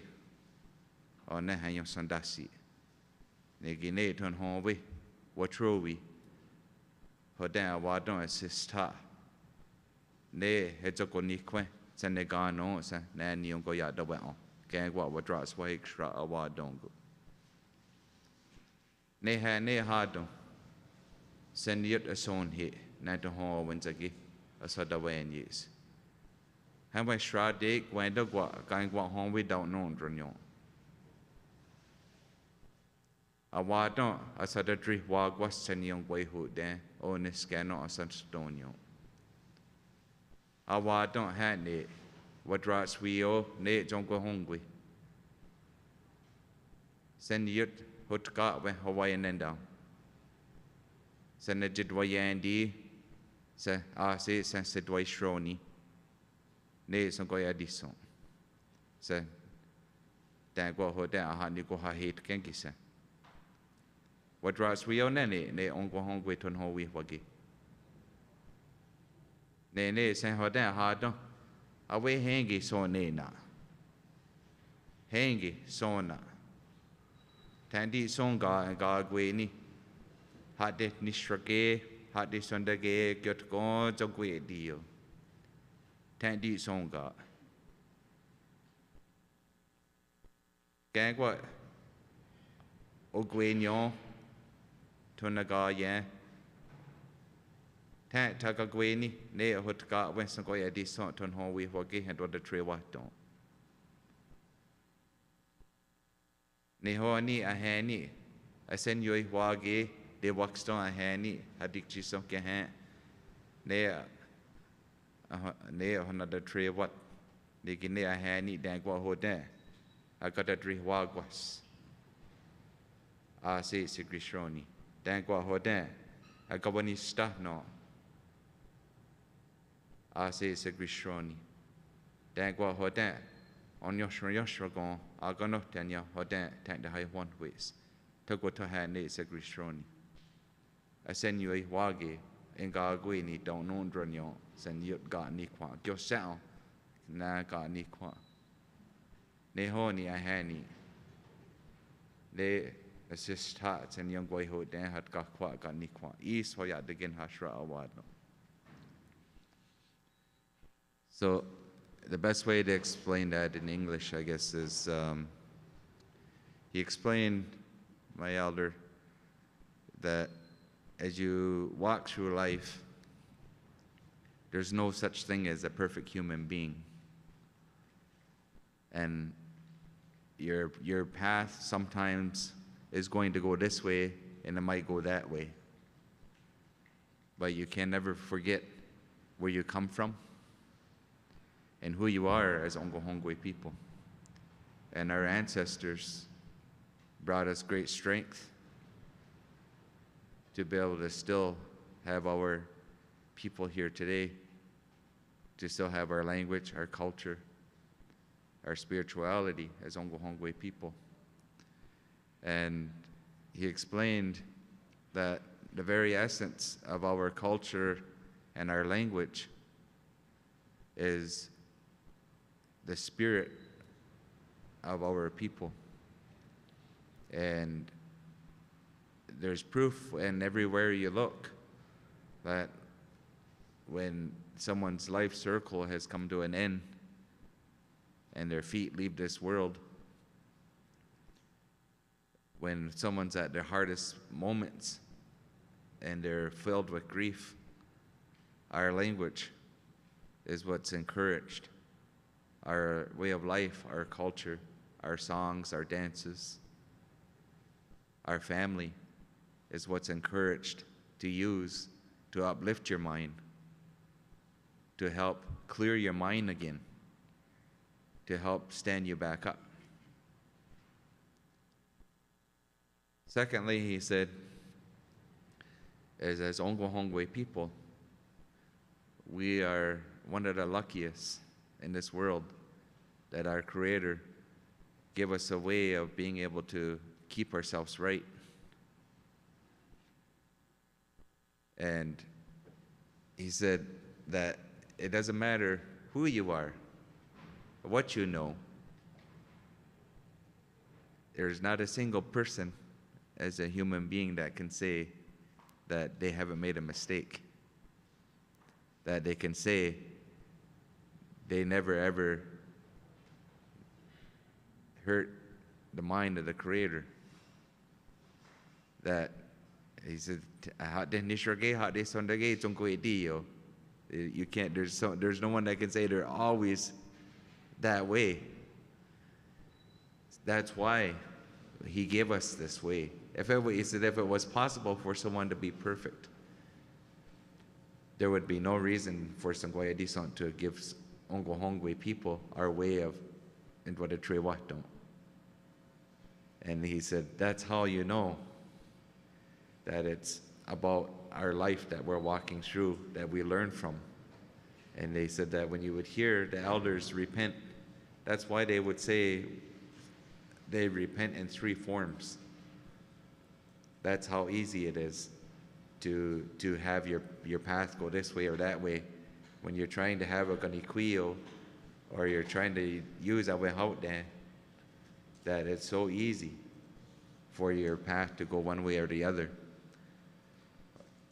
He said, so when the elders would repent to keep themselves right with our Creator for their own strength, they would said that they would repent for anything that they may have taken part in that hurt our Creator's feelings.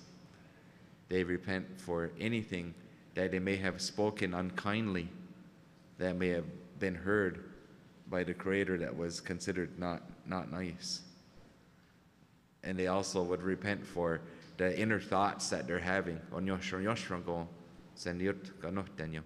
I'm thinking, that inner voice, if it wasn't kind, that they also release that to our Creator and make right with Him. He said, that's how you know that as human, to be human means to be imperfect.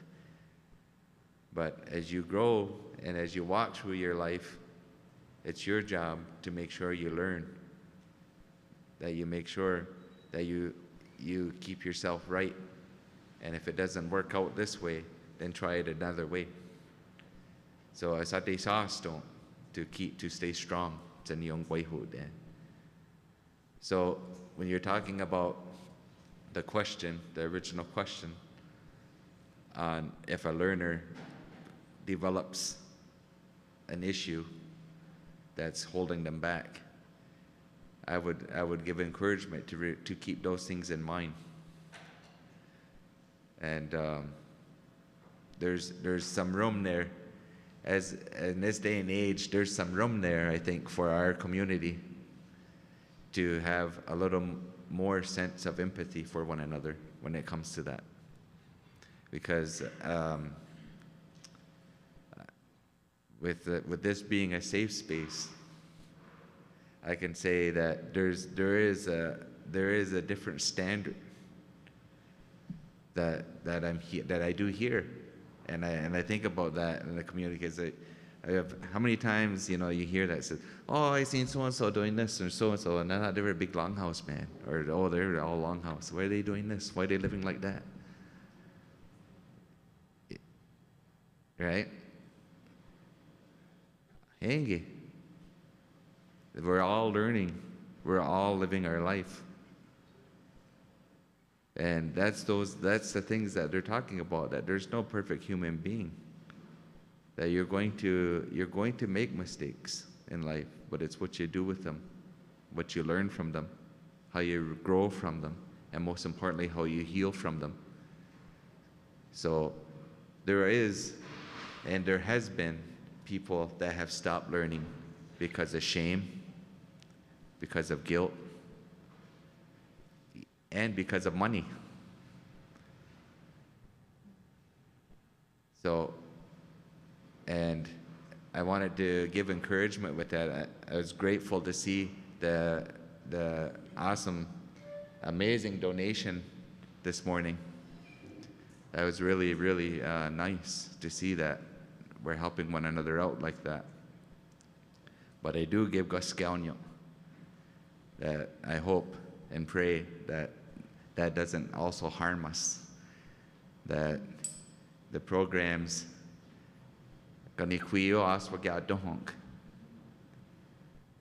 with that, because that's supposed to be for all of us to help one another.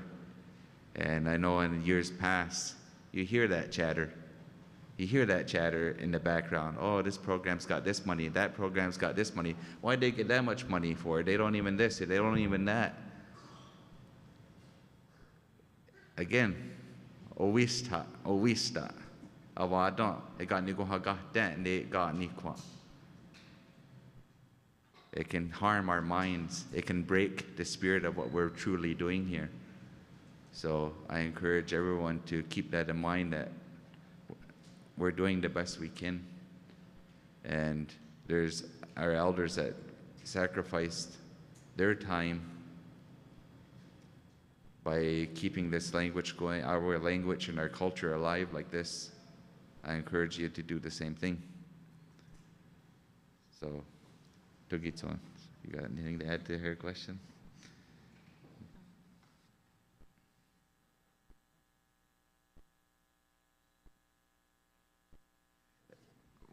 Some of these forums like this, I find, come best not so much from having questions being taken, but if you have questions, that usually has a really good direction.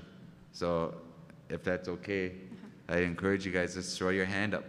There's a mic in the middle of the room there. You can, if you don't want to talk into the mic, we can hear you.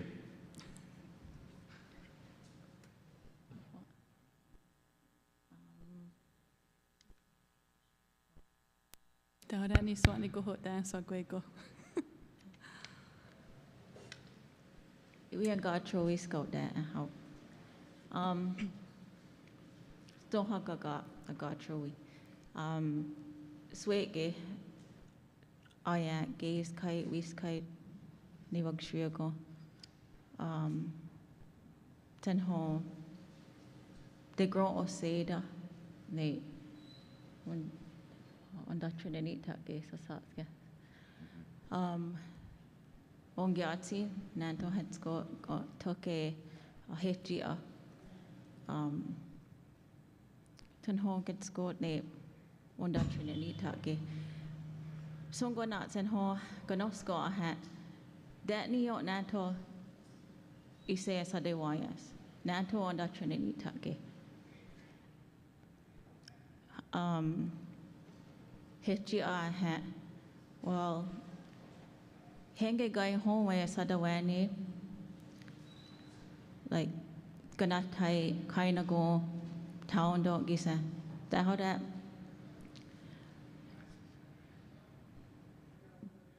that saw toned it. Gang what Gaya taught sat gat say that how that saw toned it. Oh now hat. Hot news ta henge guy home where Sadawani saw toned it hot news ta. Tat down a wado, they Naton Hoy saw a wado, a Sadewayas, Senior Guay Hota. Naton Hoy and Dutch and Neat Tage, a wado, a Sadewayas, Gay corner or one. Naton Hoy saw. Nate Honey, they are Hetia, Nate Honey Nato Iwi, a Gadewayas.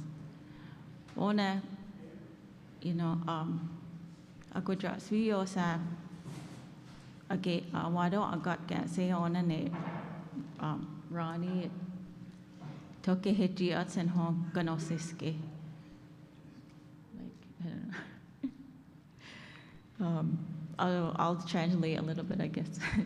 So when we were about 14, 15 years old, we were at old number 8 school where the high school was at that time.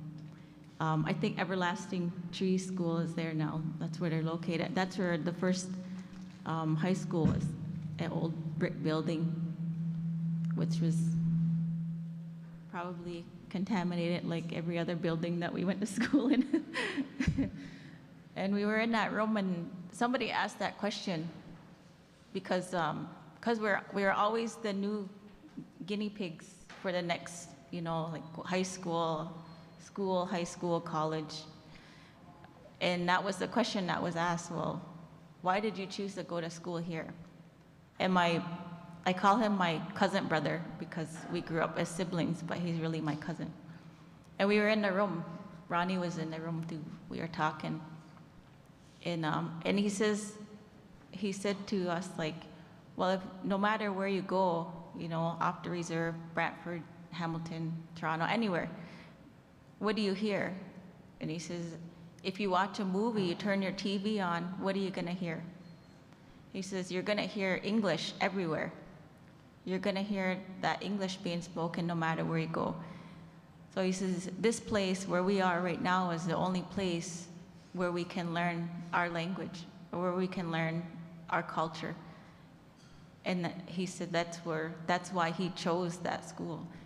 And if you knew how he came, he didn't start with us in that original class at the vet hall. He didn't start in kindergarten with us. It took him a long time. I think he had a lot of catch up to do back then. And then he was able to come into our, in high school, and I think maybe grade 7 and 8 he joined us, maybe grade 5, 6. He joined us in our class at that time. So he really worked hard to get to his language to that level, and then to see where him and Ronnie are now and a lot of my peers is amazing to me. And there's like even, I always take that with me. That's something that I just shared that story yesterday. And that's something that I carry with me in my journey still to this day, is that conversation. And I also carry like words from Hatni Kant, you know, Gyutko Ahat, you know, Henge Gai Hon, Asadewa Ayas, Henge Gai Hon, Asadewa Ani, Nanto Owenzake, Akui Satni Kwan, Sone East. That's what he would always say to me. No matter where you go, no matter where you're learning, you always remember who you are. So he would always say that to me every time, like, because I would be traveling or going here and there, and he'd always say that to me. So that's something those are the things that I carry with me along my journey here. And we are all at different levels. Like that's something, like I know Ronnie talked about that shaming, and that was a real thing, you know, like that's something that, and for even my own speaking and where I'm at, like is that part of it. Really, sometimes you come into that intimidation where you don't want to speak because, you know, somebody might say something to you. But I want to encourage everybody, because everybody's at different levels of their learning. Everybody in this room are not at the same level. But it's about us keep going, like you keep working at it and you keep using it and you keep going with it.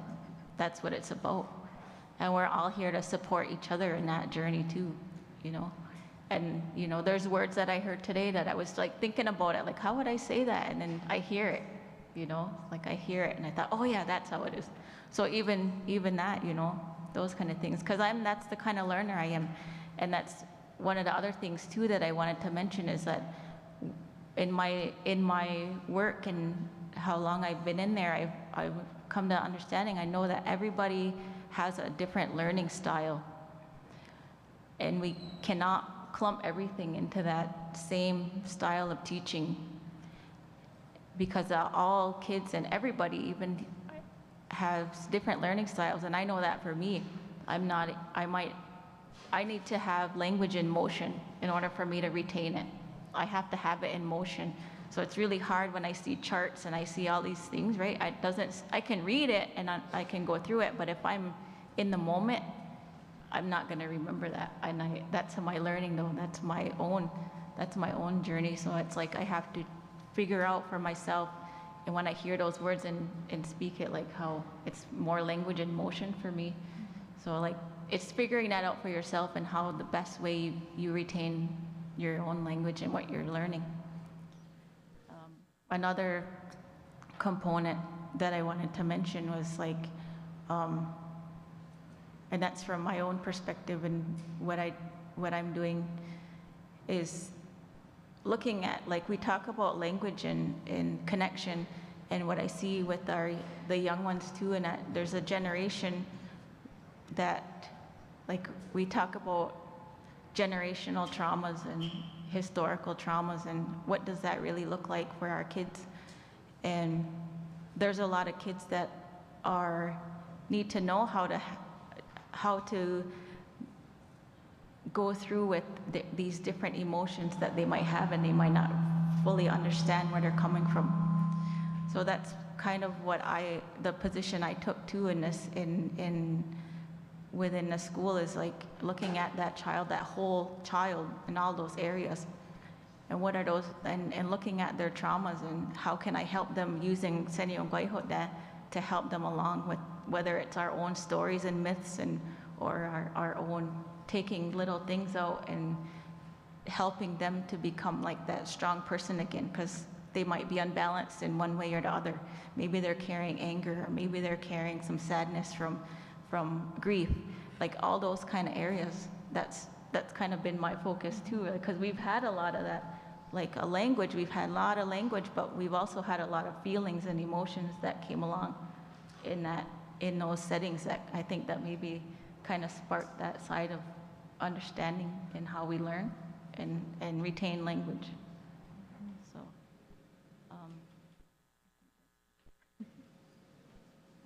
I think that's it. Oh, I want to mention like Dehahande too. We have a connection here because even though we were at Gawanio in the Cayuga language, Dehahande was there too in Gawanio. So we would see him in the hallways and everything like that. I think we'd do Ganohanyo. We'd all be in one class and hearing the Mohawk Ganohanyo, and we'd be in other class. So we both had that mutual understandings.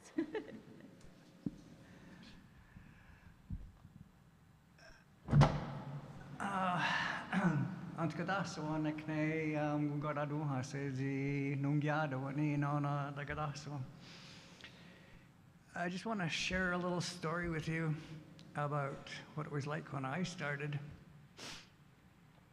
And our community here, well, I mentioned earlier that at the time, that was 1992, the Cultural Center had a list of about 125 people that were fluent speakers of Mohawk. That's what they said anyway. And when I went because I got that list, and I started calling people up and finding as many numbers as I could to ask people in the community that could help me learn the language. And I was looking for things like stories, somebody who would just talk like we're talking today. And out of that 125 people that were on the list, the majority of them had come to this place in their life where it had been such a long time that they had the opportunity to speak with another speaker.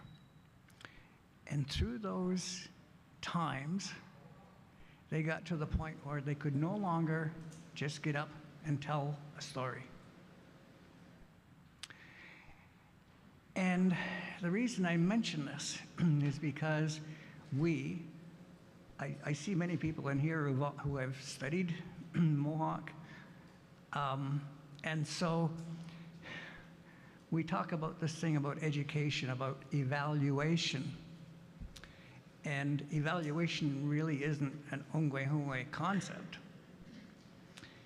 It's kind of like if you don't learn it today, you'll learn it tomorrow kind of thing. However, when there are people who don't know everything, and I don't think there is anybody that knows everything about the language, my experience was when I started, I learned that I found out there was approximately 12 distinct dialects of Mohawk alone here at Six Nations. I didn't know that. And so I would go to an individual over here and they would teach me how to say a certain thing. And then I would go over here to somebody else who was also a speaker.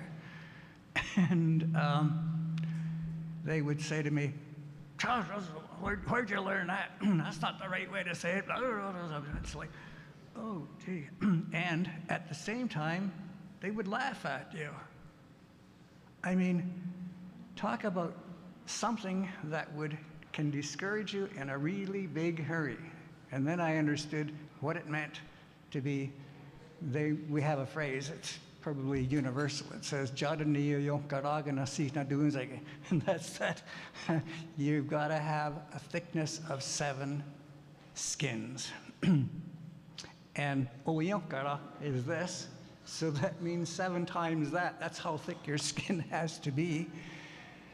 But when it happens to you, when you get criticized, oh boy, that is so discouraging. And so that's the kind of thing that we need to stay away from. To stay away from those things, we say, it was already mentioned about Nasada Terewate, and we've always been taught, Yawana Netska, always be using those kind words at all time, and especially to those that are learning, because it's so easy to make a mistake. It's so easy to be laughed at, and it's so much not fun when that happens to you. And I just wanted to bring that up because it was really, I've seen other people be discouraged because that happened to them as well, and they never did learn the language. It stopped that enthusiasm. It stopped that spirit from searching out that freedom that you do receive. The knowledge that, and I really can't emphasize enough, our languages are full of all kinds of precious knowledge. And it's a dual thing in the sense that we've got 2 kinds of energies that comes from our language. It's understanding of us as not just human beings, but as being part of this great creation. We're made of 2 kinds of energies, energy of the earth and the energy of the sky world. That sky world energy is our intellect. It's all of those precious things that we have. We are born with intuition, we're born with creativity, and it goes on in all those abstract things that teach us our innate connection to all living things. Everything is alive.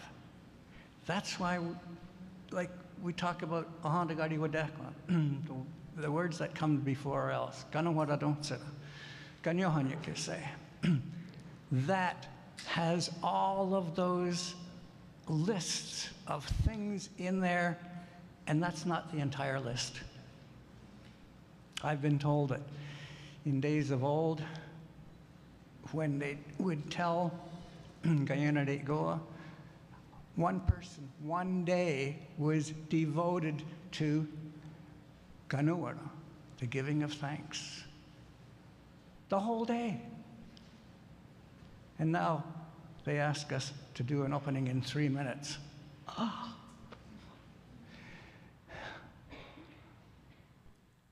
We have much education to give.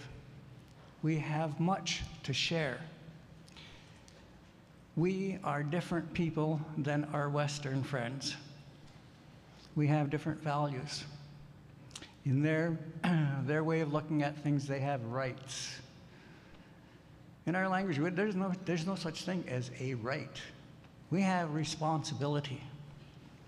And one of our responsibilities, the biggest responsibilities now, is to see that our people, our culture, our languages continue into the future with strength. And I am strengthened by all of you being here just to lend that support. If you're having trouble, becoming fluent, just keep at it, because every little half-inch matters. Every little word that you learn, there's 365 days in the year. If you learned one word a day, you'd have 365 words. And that's just words. So no matter how insignificant it seems, what you're learning today, it's not measurable. It doesn't have to be measured. Even in language, even in English, the average person of English doesn't speak more than a level of intermediate mid.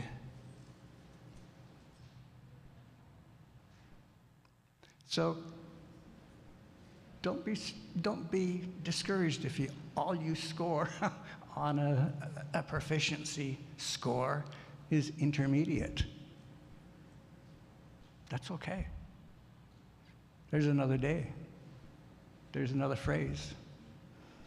And you just keep adding it on. And here's the other thing. Use it. Ease it. Chat da wani serade unkak sayat tatsari. Wada daisini tarva. It's really important to find somebody that you can speak to. I know you can't do it on an everyday basis. Sometimes it's hard to find somebody. Everybody's busy these days. So, and let's keep the circle strong. Daito. Nyame so gwego swahunka iso agauntka aswatka ne gaskionyok. Ona okoi ne kakwasoa waji and wade koni. Aya swado sweet dani. I think everybody's getting antsy and wants to get some lunch. Ona gengwa ohando ha wenohonge aswatto. Ona ha gahe tkago de dwadiana wako. Like now is the time where we have to work together as much as we can. I know that's hard sometimes. I think, with what they shared is a lot of us carry that trauma. But, when you're learning language, you realize that you start to shed those layers of trauma as you go through, and it's important to, it's really important to remember that we're all still a work in progress as we go forward learning our languages. So, swajago, swagwego, wana e wado, and swadekuni. Yawa.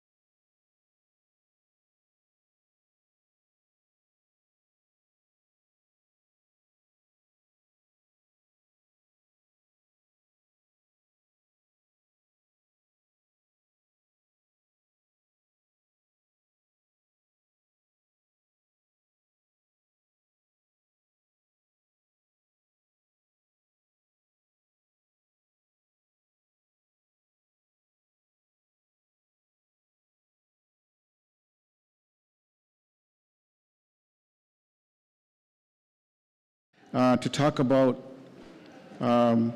different aspects of our community.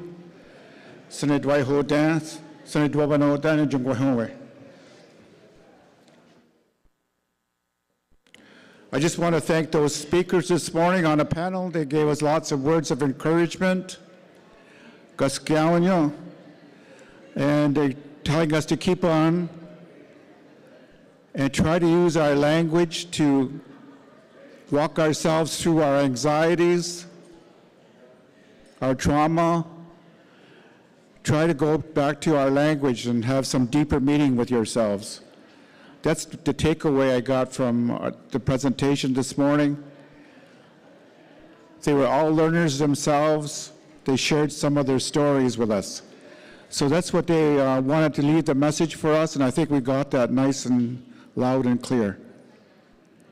So, Gwego, Swade Kone.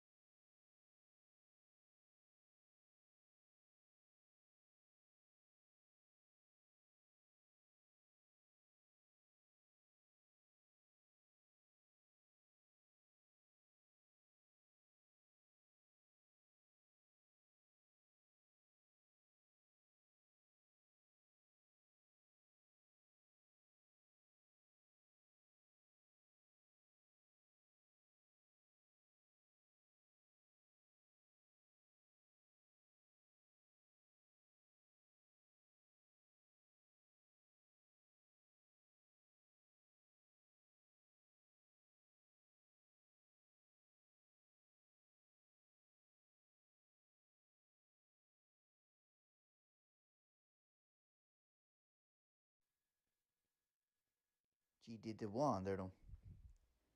GD de Wanderum. GD de Wanderum. Ungwawana Sua. Ungwawana Sua. Ungwawana Sua. Ohandum Yawani Sera de Nyunje. Ohandum Yawani Sera de Nyunje. Ohandum Yawani Sera de Nyunje.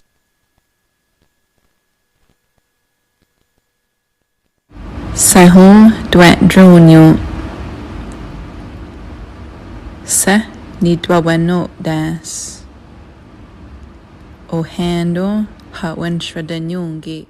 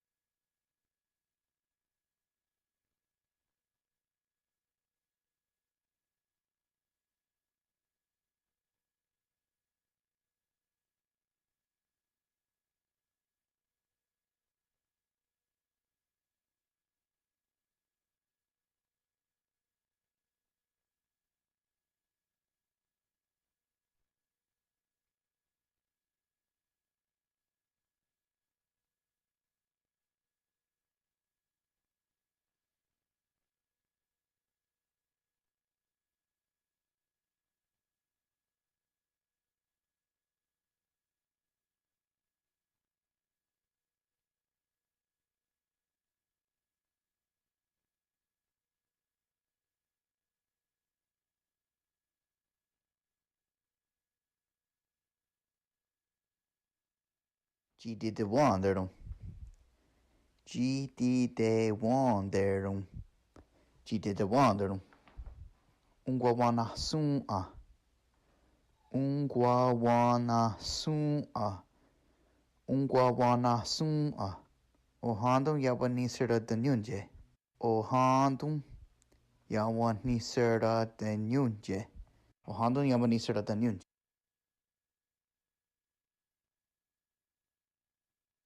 Sahun dwet drunyo. Se ni dwawano das. Ohando hawan shradanyungi.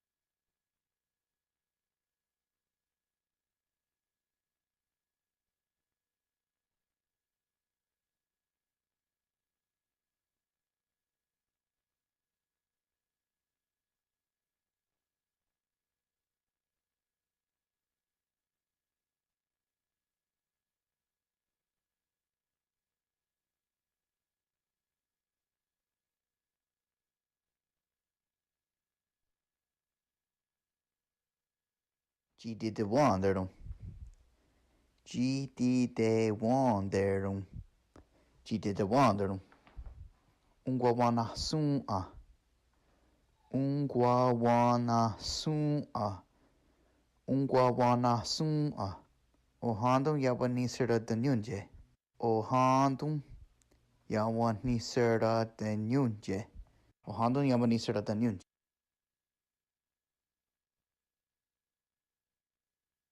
Sahun dwet drunyo. Se nidwaweno das. Ohando hawen shradanyungi.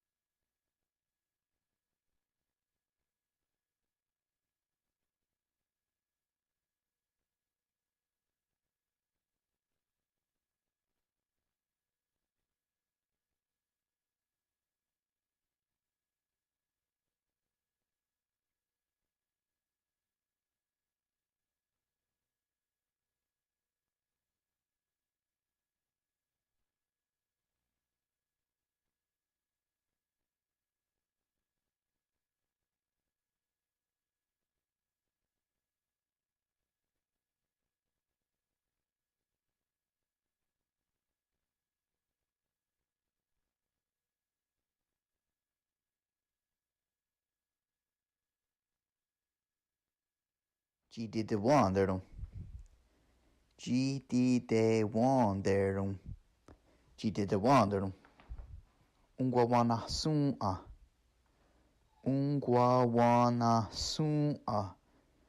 Ungwawana soon ah. Ohandum yabani sera the nyunje. Ohandum yawani sera the nyunje. Ohandum yabani sera the nyunje.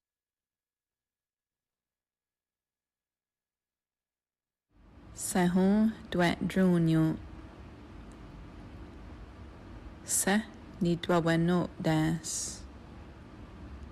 Ohando hawen shradanyungi.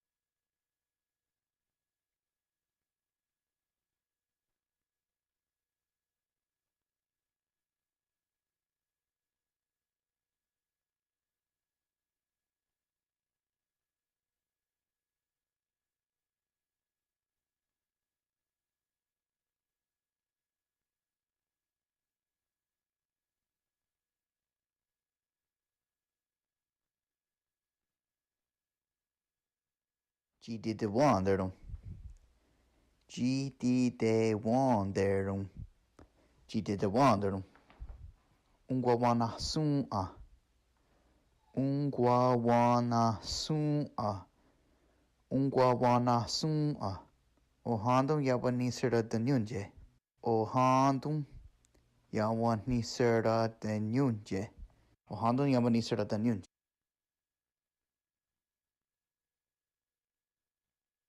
Sahun dwet drunyo. Se ni dwawano das. Ohando hawen shradanyungi.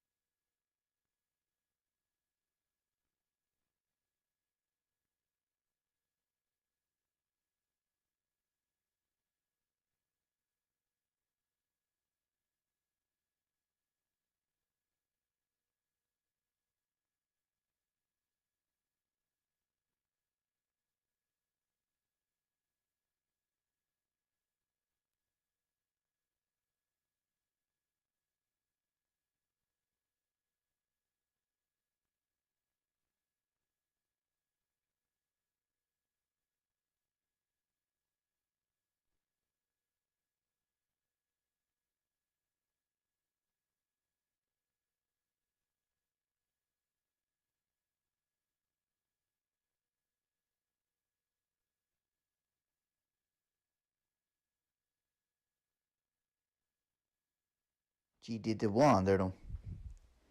G did the wanderum. G did the wanderum. Ungwawana soon a. Ungwawana soon a. Ungwawana soon a. Ohandum yabani sera the nyunje. Ohandum yawani sera the nyunje. Ohandum yabani sera the nyunje.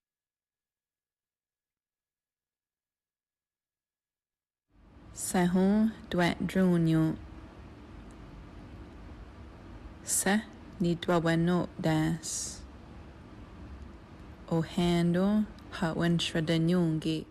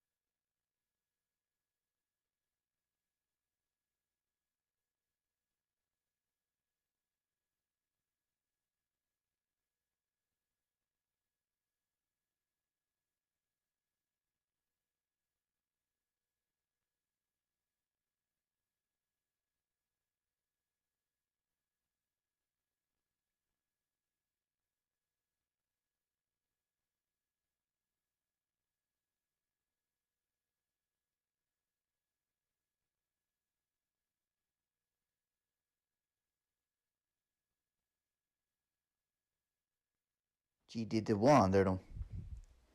G did the wandering. G did the wandering. Ungwawana soon ah. Ungwawana soon ah. Ungwawana soon ah. Ohandum yabani sera the nyunje. Ohandum yawani sera the nyunje. Ohandum yabani sera the nyunje.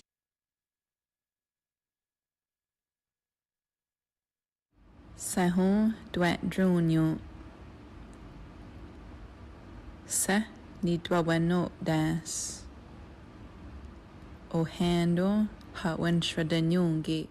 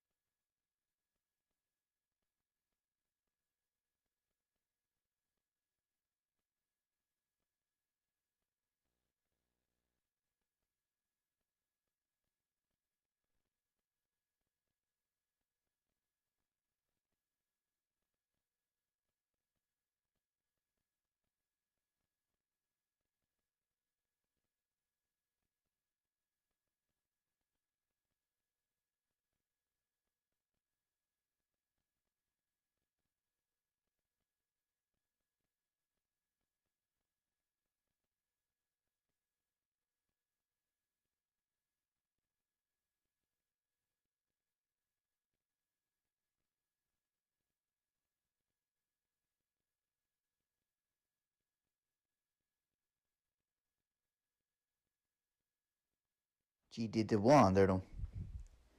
G did the wanderum. G did the wanderum. Ungwawana soon a. Ungwawana soon a. Ungwawana soon a. Ohandum yabani sera the nyunje. Ohandum yawani sera the nyunje. Ohandum yabani sera the nyunje.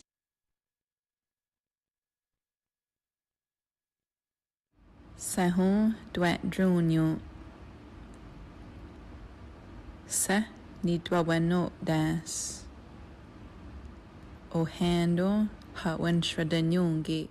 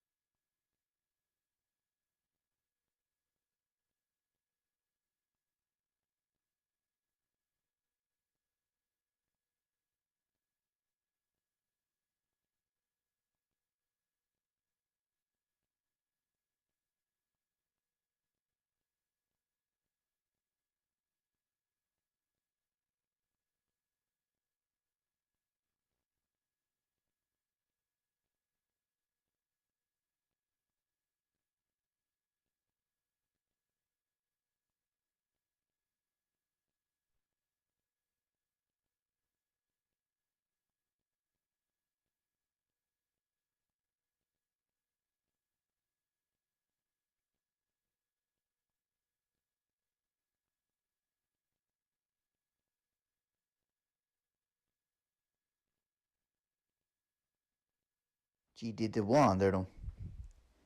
G did the wanderum. G did the wanderum. Ungwawana soon a. Ungwawana soon a. Ungwawana soon a. Ohandum yabani sera the nyunje. Ohandum yawani sera the nyunje. Ohandum yabani sera the nyunje.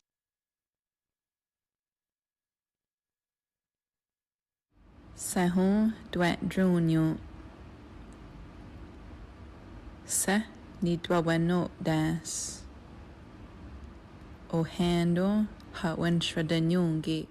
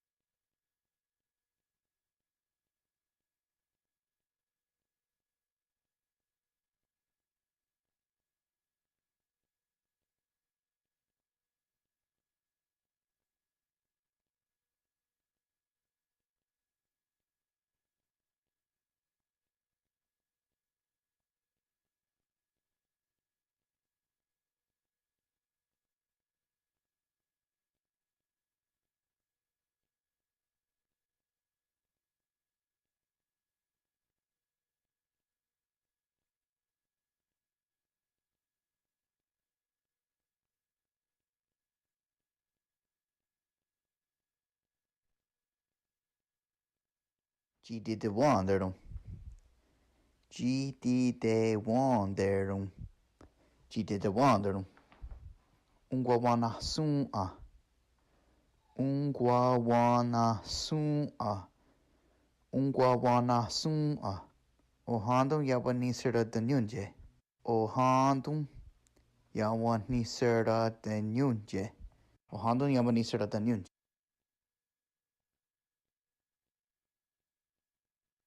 Sahun dwet drunyo. Se nidwaweno das. Ohando hawen shradanyungi.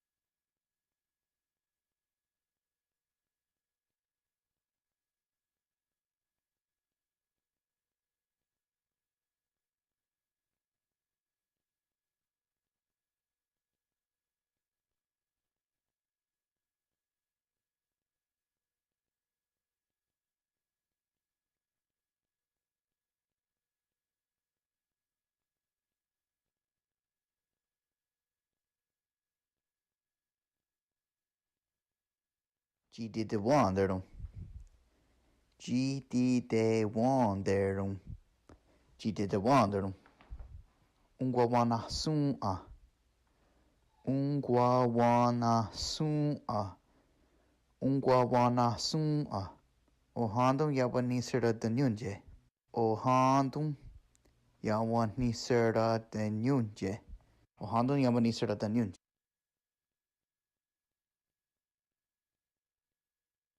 Sehun dwet drunyu. Se ni dwaweno das. O hando hawen shradanyungi.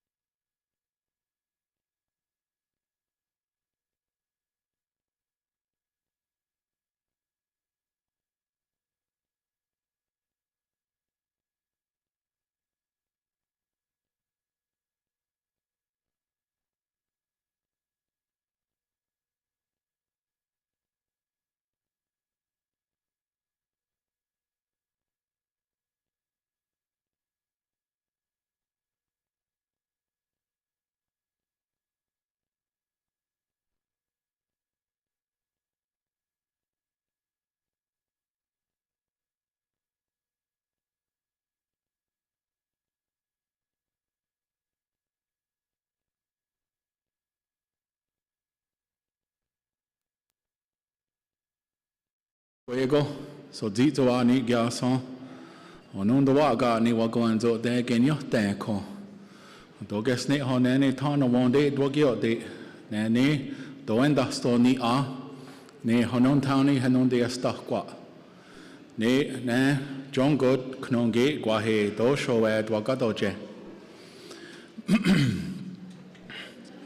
Enda ne engachonyano do di kwa akagwenyo nenda na od nikachiha ni wai ne kiestani ne onundo wa ga gaweno ni oya do endasto ne honontani henon diesta kwa nene hadiksa so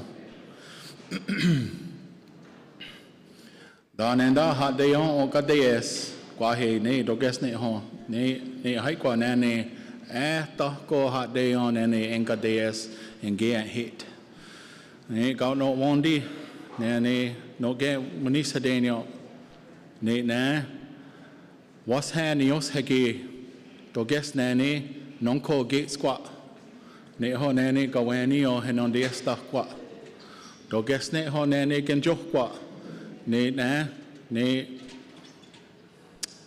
oya ni ono anzo de ne pueblos ko ne dene ko ne apache henon de sta a great squat non ko ne swege doges ne ho ha de on ne o gege ne oiwa ge son ne ho kanoseski doges ne ho ne ha de on ne o knoit na oro gege doges ne ho ne aga jengwa ne na ne ho nio de no ne dwaga doje doges ne ho ne tigade ne dosho we dwaga doje ne osto so gege ne oiwa ge son nenda nia gwa je ha ne ongwe onwe osto so ne ho tana wonde ne akno e doges ne ho ne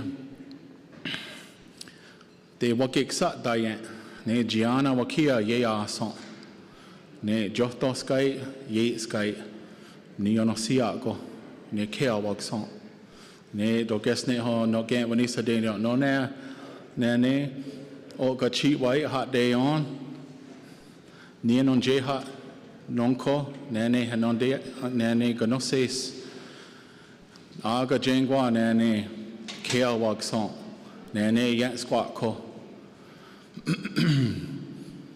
de songa hadishni squat ne kwaji ne ongwe onwe ka doges ne de ne akno ne ha ne kone ne aksod ne haksod dadishni squat ne ongwe onwe ka osto so ngatonde ne ho tano monde no ne akno doges ne ho ne wa on the job se ne ho tano monde ne ye waji ne beamen logan tonosod osto so ne on gatonde ne ono do wa ga wano doges ne ho ne de kaun kak ta quiste ne o kades chikek sa wa he on ne wa ne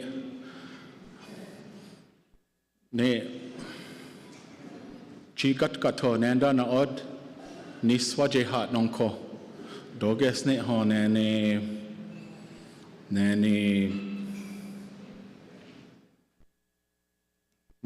o gejisto te ne akni goen go ne hat de gon ne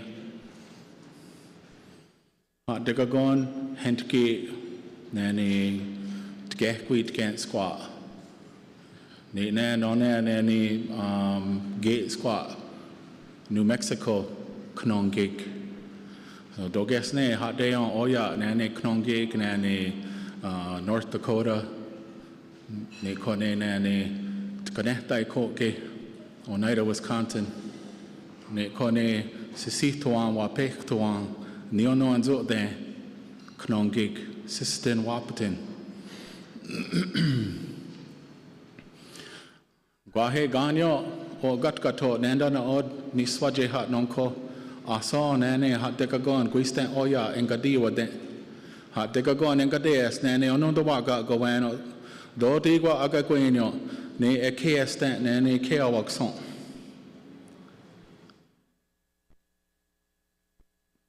on gaton de ne CKRZ iwi ne o gasa ne hat de wandai gas ne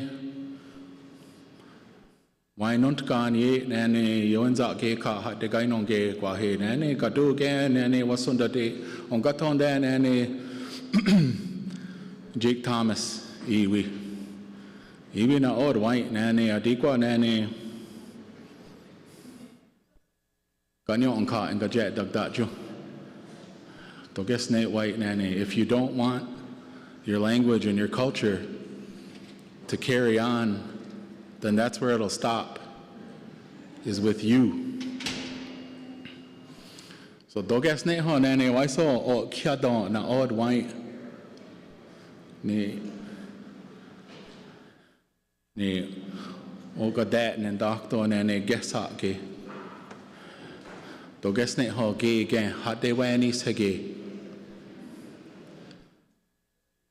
De we nani nayawa nani o get hit nani ni hot de go and cast that do digwa nani I'll get going yo nani on going away caught nani care work song.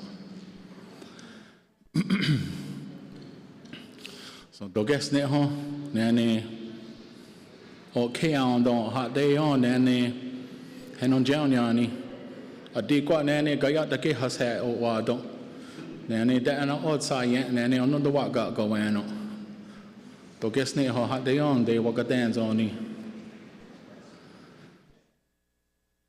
even nani ye gitsa jadak nios hage not gan when he's hadenia do guess Rani wayande ne ho hoya the nagwa tonosot do guess nani why oh wait nani I'm playing catch up with the language. Rani White nani we're all playing catch up.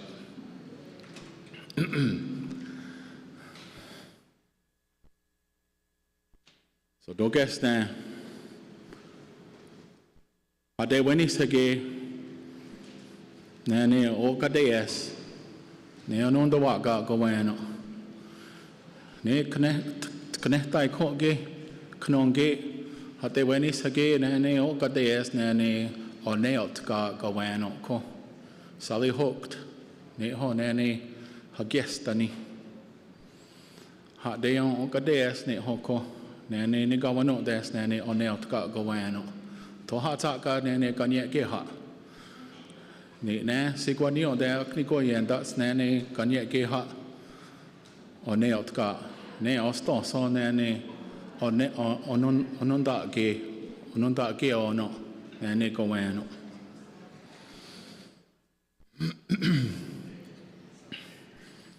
So ne ostoso an gachoniano nani honon towni hanon de stakwa ostoso nani gitsa nani de guano say go ostoso na oro gachi o gachoniano. So I know there's some people in here in the room who can understand what I'm saying. Seneca is pretty close to Cayuga. And if you're learning at least a couple of the languages, you can kind of understand little things in the other languages too. So I'm Damian Webster, so Zitzowa, I'm Turtle Clan from Tonawanda. I said, Jongod Knonge Gwahe Dosho Wea Dogatoje. I live in the town of Akron, which is right up the road from Tonawanda, but I grew up in Buffalo. So I lived in Buffalo my whole life, and I kind of mentioned that there was nobody in my family that spoke our language. None of my grandparents, not my parents, and none of my family spoke. But I mentioned too that in 2009, we brought a group of students out here. Some of you might remember, we brought a group of students out here from Santa Fe, New Mexico, Santa Fe Indian School. So one of them is in here, I think, right? Is Gabby still in? Yes. So Gabby, if you guys know Gabby, Gabby was part of that group. She was part of one of the groups we brought up here. So that group was a really special group because we made sure they all were active in their communities. They spoke their language. They knew who they were and where they came from, and they were in good standing. And it was just such a good cultural exchange. But it was really good for me when I came back too, because I got to see all these things that go on here in the Longhouse. We came at just the right time. So when we got here, you guys were, I think you guys were closing the trees. I think you guys had house cleaning out here. We got to see a lot of really cool things. And it was good for the people in the Southwest because sometimes down there, if you go even just west of this region, people think we're all wiped out and that we don't have any of our stuff anymore. And some of my friends who did their own stuff, they used to ask me like, well, what do you guys do for your ceremonies? And at the time, I couldn't really answer that question, and I wasn't going to pretend to be able to answer that question. So I just had to say, like, honestly, I don't know what we do. I know we have songs and dances and language, but I can't tell you exactly what we do. And then when we came here, we got to see it. And it was so beautiful because I was so envious of, like, seeing all those little kids in the longhouse. Like, that was their life. That's just normal for them. And I had wished kind of when I was a little kid that would have been normal for me. I wished I would have grew up that way. And then my thoughts went to my children, that I wish that would have been normal for my girls because they were living in Santa Fe and we lived in South Dakota, North Dakota. So I wish my girls could be out here to be a part of this. And the best way I just tried to say, like, it lit a fire in my mind to, like, try to get back out here. So that's what I had been trying to do for all the way up until 2016 when I did actually move to start working at Tonawanda. But in that time, I was always trying to study, always trying to learn, always reaching out to people. So there's people in this room that I reach out to, and they were help along the way. There was a lot of people, you get a lot of help, and you kind of have to prove yourself to people. You can't just show up and start asking for language supplies and CDs, and, you know, people got to kind of know who you are. Otherwise, you're just some guy who lives out in Santa Fe asking for language materials, you know. So you got to develop relationships, and I did that. It took quite a few years to, like, gather up a lot of materials. And now here you can just log on to SenecaLanguage.com, and everything that I toiled for, it's all right there, man. You can download it and put it on your phone, and it's all right there. But I think that kind of speaks to today's world. And I didn't really even mean to make this point until I said that right now. They talk a lot about back in the day, they used to make clay pots, right?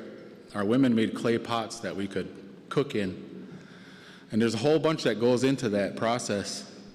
When we had to make a site, you had to know how close the clay was because we need to use it. And whenever we exhausted that site and you had to move to another site, they had to ask the women, they had to have their input because they had to know how close is the clay. We needed it. And there were knowledge keepers who knew how to make those.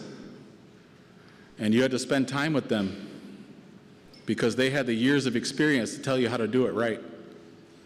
So those elders earned a lot of respect because they spent time, the young people had to spend time with them to learn how to do it the right way. And then when the settlers came in, they brought their brass pots. And with the brass pot, you don't have to sit down and you don't have to go get clay anymore. You don't have to sit with elders anymore to spend that time with them and develop that relationship with them anymore. And it kind of cut that relationship that we had with our elders. So even though SenecaLanguage.com is there and you can download everything, I wouldn't trade it for the world because of all the relationships that I had to develop along the way to get the things that I got to be able to learn the language. So, you know, technology is great, but don't always take the shortcut. You know, it's all about the relationships that you build. So I'm the director of Hanon County, Hanon de Estahquat. Just a brief overview. We have a pre-K through third grade children's program out there. That program is over 24 years old now. It's been going for a long time. They ran it at the old tribal office. When somebody burned down the tribal office, they moved it over to the cookhouse. When they put the trailer up over there for the new office, they split that little trailer in half, and the kids were learning one half they had the school, the other half was the office. And then we had that new building built out there. If you guys been to Tonawanda, that office building, we use that now. It's a makeshift school. It wasn't really built to be a school. The downstairs classroom was supposed to be a loading dock for cigarettes, and now it's our classroom down there. The upstairs classroom is that was just a meeting room with a kitchenette, with a full kitchen and an island, but it wasn't supposed to be a classroom. But we use it for our school. And I know you guys know about this because you guys have to use a lacrosse arena for your school, right? So you guys know what that's like, to not really have your own space and just make do with what you got. And that's what we're doing right now. So there's been language programming for over 24 years out there. And the people who did that programming, you have to take your hat off to them because they held a space for the ones that were going to eventually come later on. You know, you can look at it one way and say that all the programming over the past 30 years hasn't really produced any new speakers. As our elders passed on, as our speakers went on, we never replaced our speakers, and when we taught them all the animals and all the days of the week and all the numbers and all the colors, it never produced any extra speakers along the way. There's something we do get out of some of the things, and maybe you guys heard this term before. Instead of speakers, sometimes we produced speechers. We have people who can do speeches. And the speeches are very important because that's what puts our ceremonies through. But sometimes the speechers can only do the speech. When you try to visit with them, some of the women teachers that I've gotten to know, they said when we try to visit with the guys who do the speaking, they can't really carry on a conversation too long with you. They just know how to put that ceremony through. And there is like stuff you got to do in the ceremony. You do still have to be flexible. You do still have to like ad-lib. You have to know what the situation is, who it's for, what's going on. So there is a bit of ad-libbing you can do in those speeches, but I've seen it where we just only produce speechers, and then we still don't hear our language out in the community, out in other things. But I take my hat off to people who held that space anyways, because they had to hold that space for the evolution of our way of teaching and passing on our language to arrive. They had to hold that space. So I can't take anything away from the ones that did the work before. Without them, none of us could do what we do now.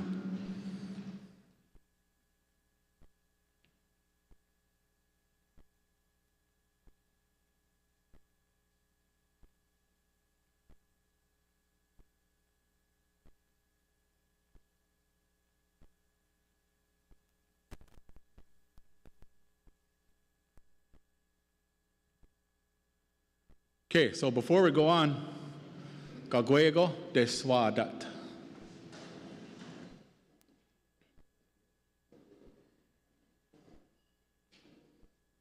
Okay, I just have a little quick thing for you to do. Okay, with your left hand, point your finger. With your right hand, thumbs up. You got a fist and a thumbs up. All right, now what I want you to do is switch. Switch it from, and if you got it, now switch it back. Some of you might be pointing with your thumb or your finger is up in the air, or you're doing this, right? You got one, right? It's one or the other. And you switch them again. And then you keep doing it until you can switch them back and forth. Just go alternate, back and forth. You're not going to believe how bad you don't know how to use your hands just when you do this. How? One, swajang.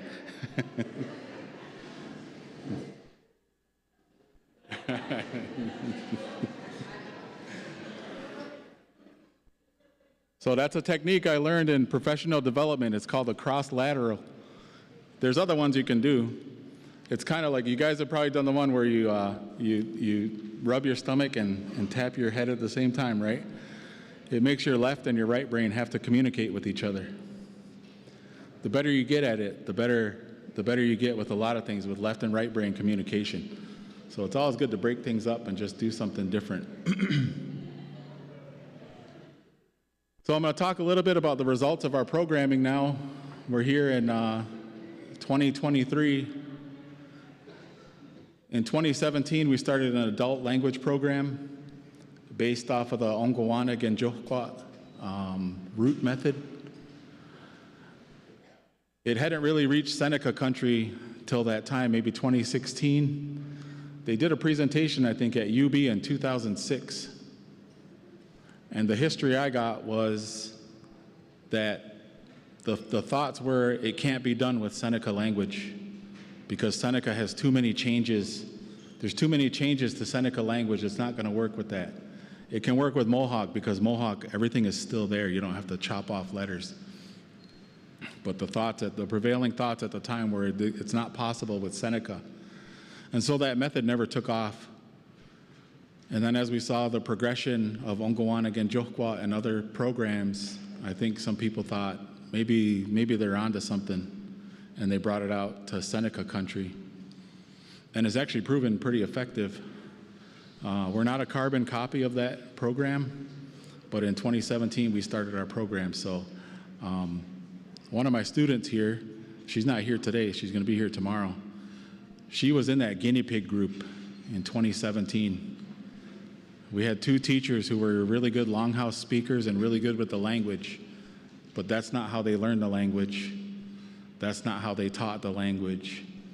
And we kind of had to fumble through those first couple cycles.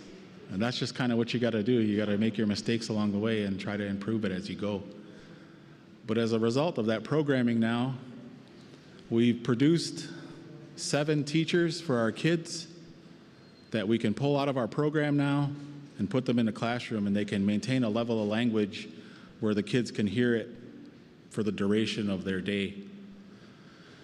Not all 7 are still working for us, but we did produce 7 teachers out of that program.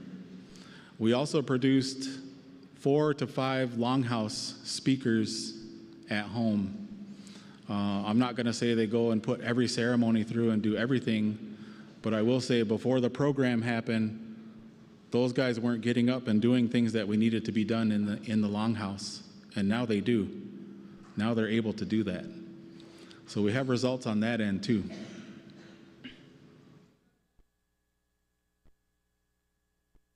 After this year, we're probably going to have at least 1 new adult teacher.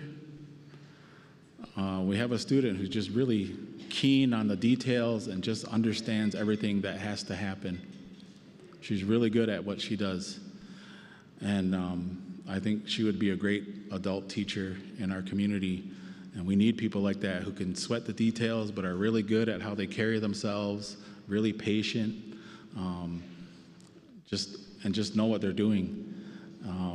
So I'm hoping we have a new adult teacher out of this more recent cohort here. And we've also put 2 teachers into the public school system. So they've gone on and worked in the public school system, and now they're in the capacity of these kids that are at public schools where all they hear is English. They do have people in their daily life who can give them Seneca language while they're there. So the program has made an impact at home and off the territory.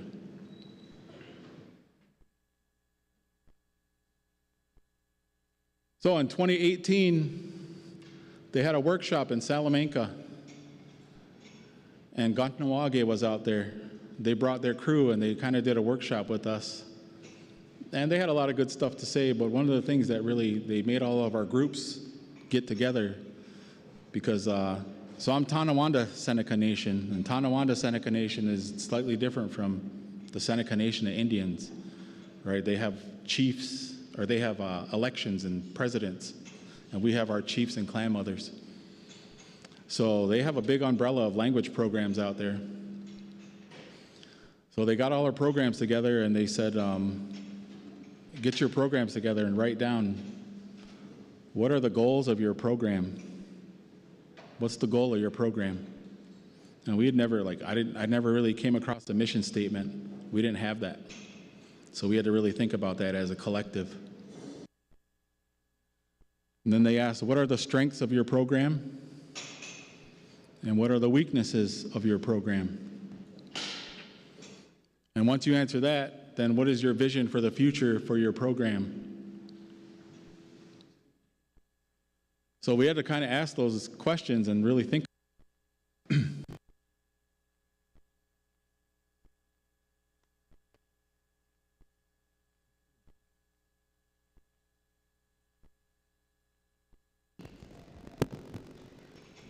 Sit down. Good. I don't want to mess it up. All right. So we had to ask ourselves that question, and we got a lot of good answers. So at that time, our goal was to teach the language to the adults so they can pass it on to the kids. And that's kind of what you need. Like, we do have programming for kids. And I agree, like, the kids do need to learn the language, and we need to make it normal for the kids. But when they leave that school, that's when things kind of change. If you have an English-speaking household, that language only has so much of a chance to really catch on if it's not at home. So how do we counteract that? We have to teach the adults so that they can learn how to speak regularly around the children. And that will help it grow in the home, because now it will normalize. Because your children don't teach you how to speak English. They learn English from being around you and how you speak English. So they're not going to teach you Seneca or Cayuga or Mohawk either. They're going to learn it by being around you and what you use. So that's the goal. Start with the adults and let it trickle down to the kids. Pass it on, and then create more staff. Our strengths at that time was we had 2 very good Longhouse speakers running our program, doing the teaching. And we still had a couple first language speakers in the community as resources.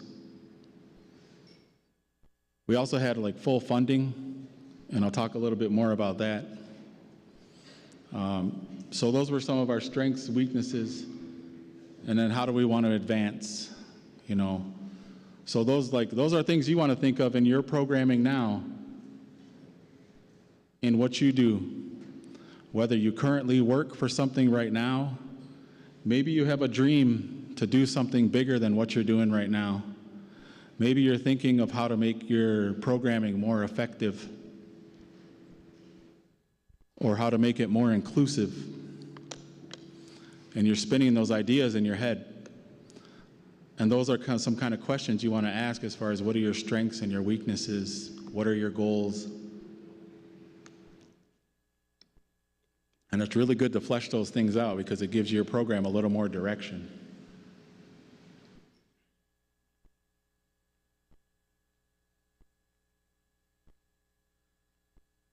So in 2020, we had that COVID stoppage, right? COVID came in March, and it just shut everything down. We tried to hang on as long as we could at home, but once we realized it was something serious, we all got sent home.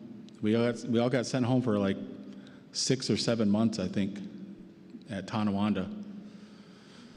I think once the summer came, we tried to have outdoor classes at the park, but there's a little airport right by Akron, and there's little propeller planes fly by every 10 minutes, and they're pretty loud, so it was tough to have a class. We tried to do the online thing. Online isn't very good at Tonawanda. There's only Wi-Fi at one spot, so it's really hard to do that, That's just, I'm preaching to the choir on that one. You guys know what's up with that. So also during COVID, our last 2 first language speakers passed away. So that was a big blow to the community, a big blow to our language, is to have our first language speakers pass away. We lost, I wouldn't say we lost, one of our teachers resigned from the program to move on to do other things. That was a big blow to our program. But in language, you have to have the mindset that the train keeps rolling. It just has to keep going. Somebody has to carry on the work. You lose the elders, you got to keep going. You lose a teacher, you got to keep going. Like nothing can really stop that train because we're already trying to just barely keep it going as it is. So we just had to keep going. I didn't want to be a teacher. I didn't want to be a language teacher. I don't like the label that comes with being a teacher because as soon as people start calling me a teacher, then people start saying, well, how much does he know? How much can he speak? Is he fluent? And no, I'm not. But I had to step into that role. And I was far enough ahead of the students at that time to stay ahead and get them going. And when I stepped into that role, I always wanted to be a better teacher than I was yesterday. So I always kept studying, I always kept learning. And I worked with other language teachers, so I will talk a little bit about networking later.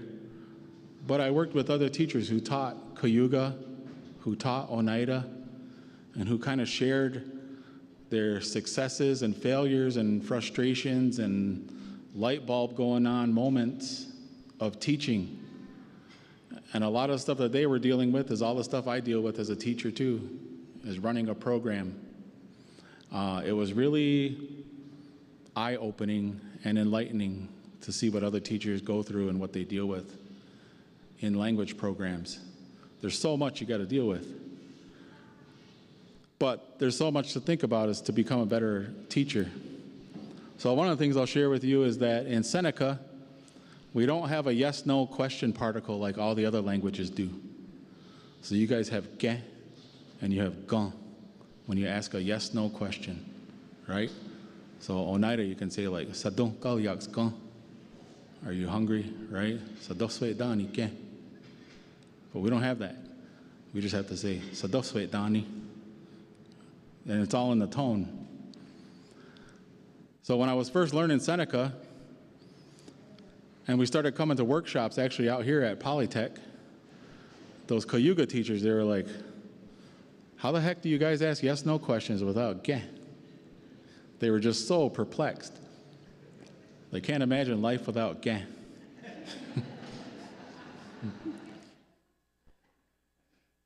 So at the time, the teachers that were more experienced than I was, they said, we just ask in a rising tone.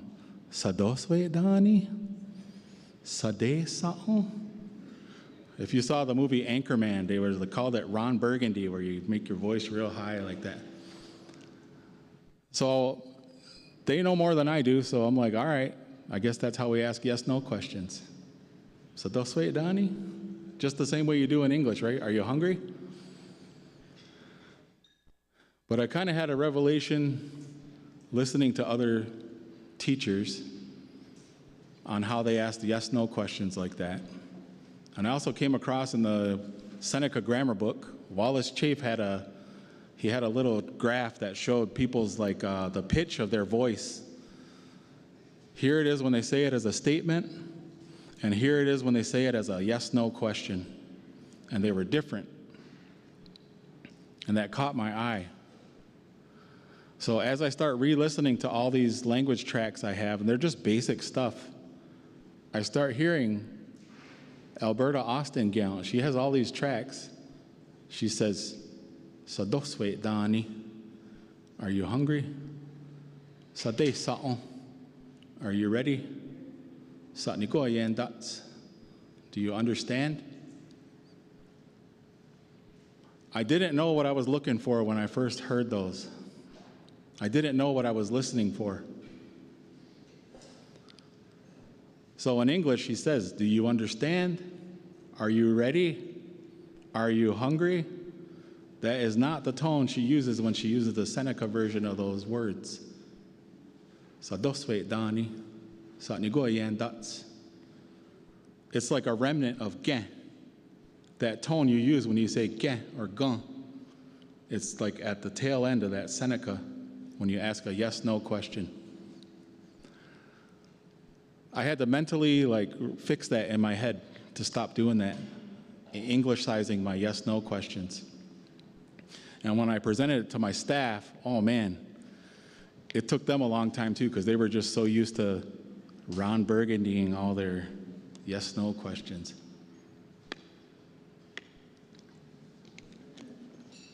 So the other thing I learned from the other teachers is when you ask yes-no questions, like you can have a long yes-no question, and you have to figure out what comes up to the front of the sentence, right?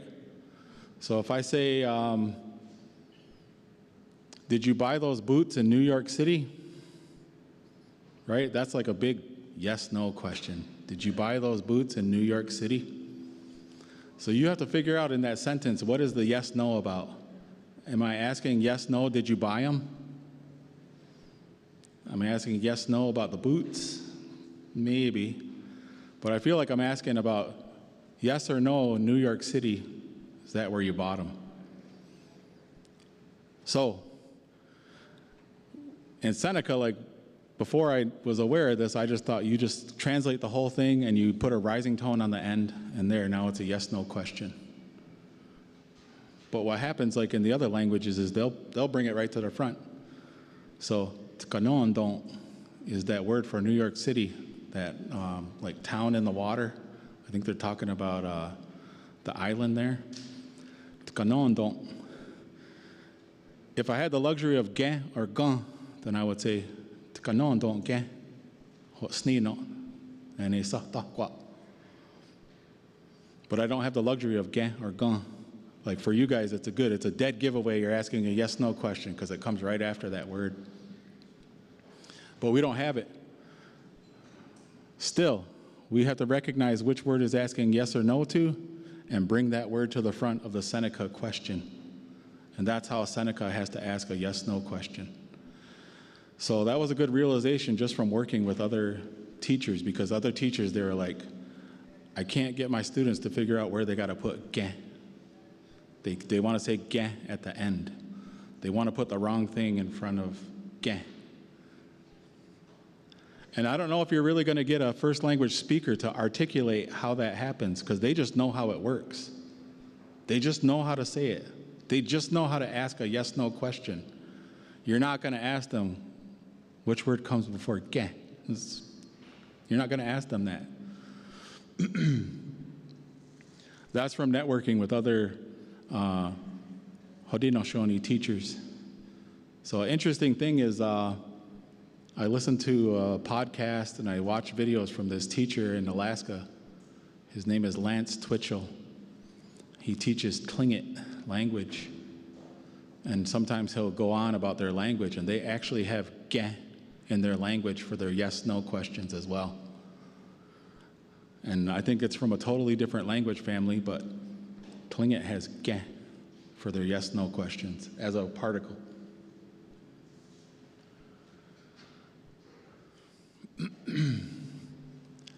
Ha ona newa swaguego de swadat.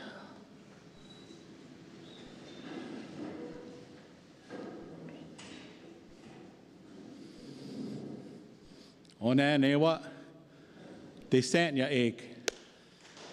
They sent ya egg. De shaunyo segonda. De shaunyo sauta. De shaunyo sage'e. De shaunyo segonda. They sent ya egg. They sent ya egg. Mehoso.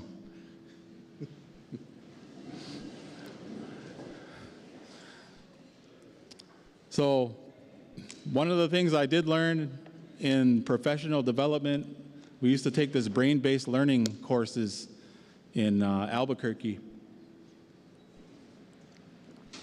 So we had classes we did with this lady, and then we also went to a brain-based learning conference in San Diego.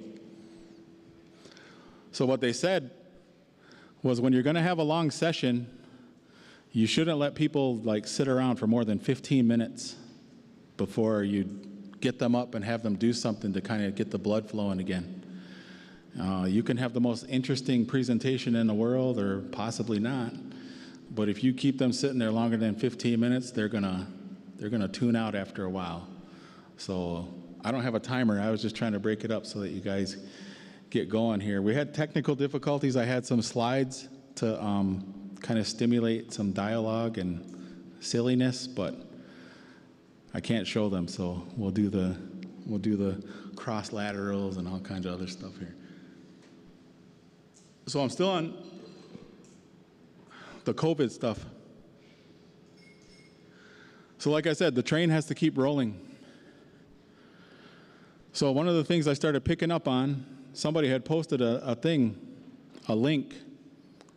It was called, it was a podcast called Tea with BVP. Tea with BVP. So you could look that up, right? T-E-A with BVP. It's on iTunes, it's on Spotify, it's on several services. Tea with BVP. So this guy is a SLA expert. SLA stands for Second Language Acquisition.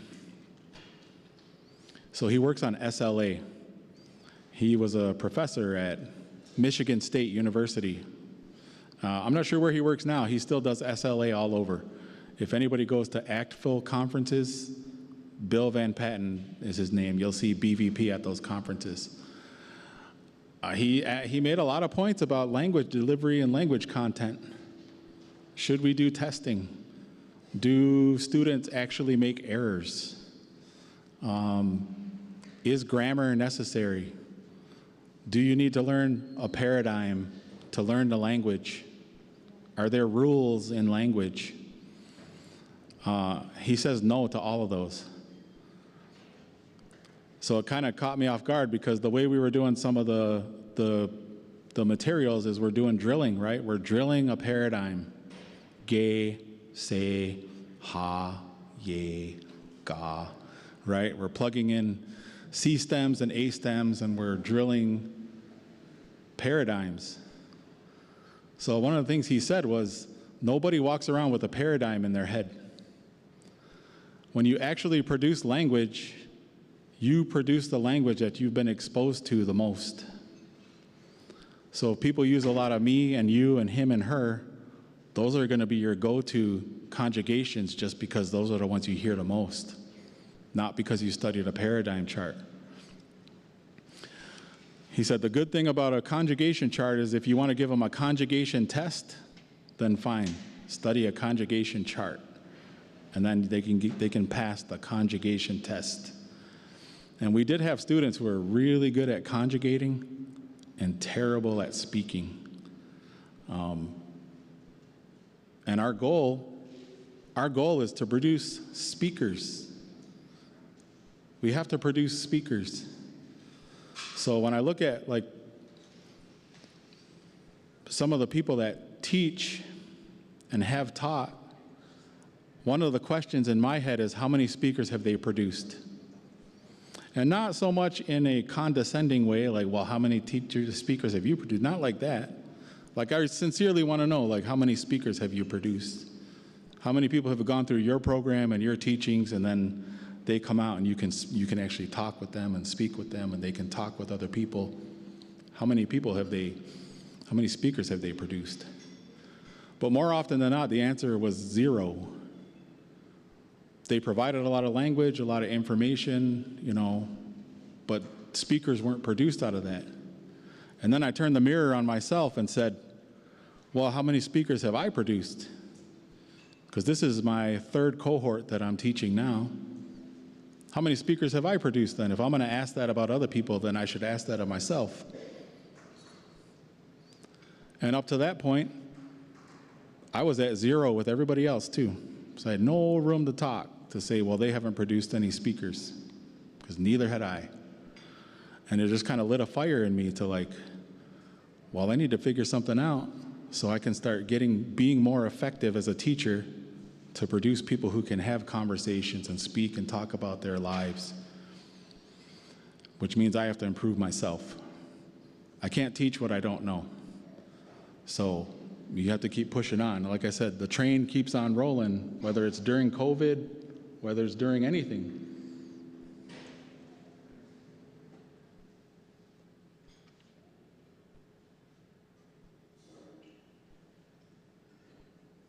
So some of the things Bill Van Patten, BVP, talked about, do students make errors? He said errors are external. If you already know, then to you they're making errors. Students don't really make errors internally in their head because students can only say what they know. They can only speak at the level they're at. That's it. So anything that they're saying, that's how much they have in their head that they can pull out on the fly. That's all they have. And then you just keep working on it to build more capacity so that they become better speakers. But as he said, errors is an external thing. We see errors. They're not really making errors. They're using what they know. And he talked about that. He's like, when babies say stuff like, "Mama, go bye-bye," is the baby making an error? No. That's all the baby knows how to say up to that point. That's the best they can do to construct a sentence. So it's not an error. That's just where they're at. And that's the same thing when you're with your students. Different ways to correct. He talked about correction. Do you correct? How often do you correct? How should you correct? And I struggled with that. Because our languages, there's so much you have to say in our languages. Seneca, if you see a word written, every letter in that word gets pronounced. You can't skip over those letters. So some things have to be really exact, Even something as simple as separating your S and your H. That's one of the hardest things for people to learn because it doesn't really exist in English a lot. So they like to tease at home. I'm sure they like to tease everywhere. You're eating your 5th slice of pizza, and they go, "Jesus, they're calling you fat, right? So the word is san. They'll say they're supposed to be trying to be saying san, but what they're saying is this other word, sushan. Sushan is a word to it means put it back. Put it back, sushan. But if you move that H over to the other side and you lengthen the E at the end, sa-san, you're fat. Aga-san, I'm fat.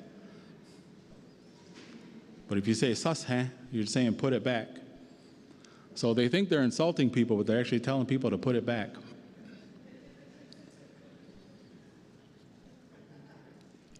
And there's little things too, like name and smell.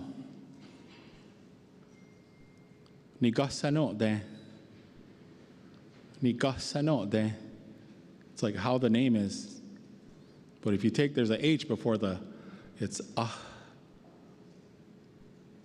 there's an H before that. There's an H. Sanote. But if you take that H out, nigasanote, it's like how the smell is.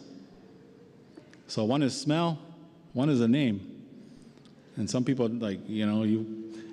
there's a slight difference, but even that, you got to develop an ear to hear the difference too. So they might be trying to say how his name is, but they're saying that's how he smells.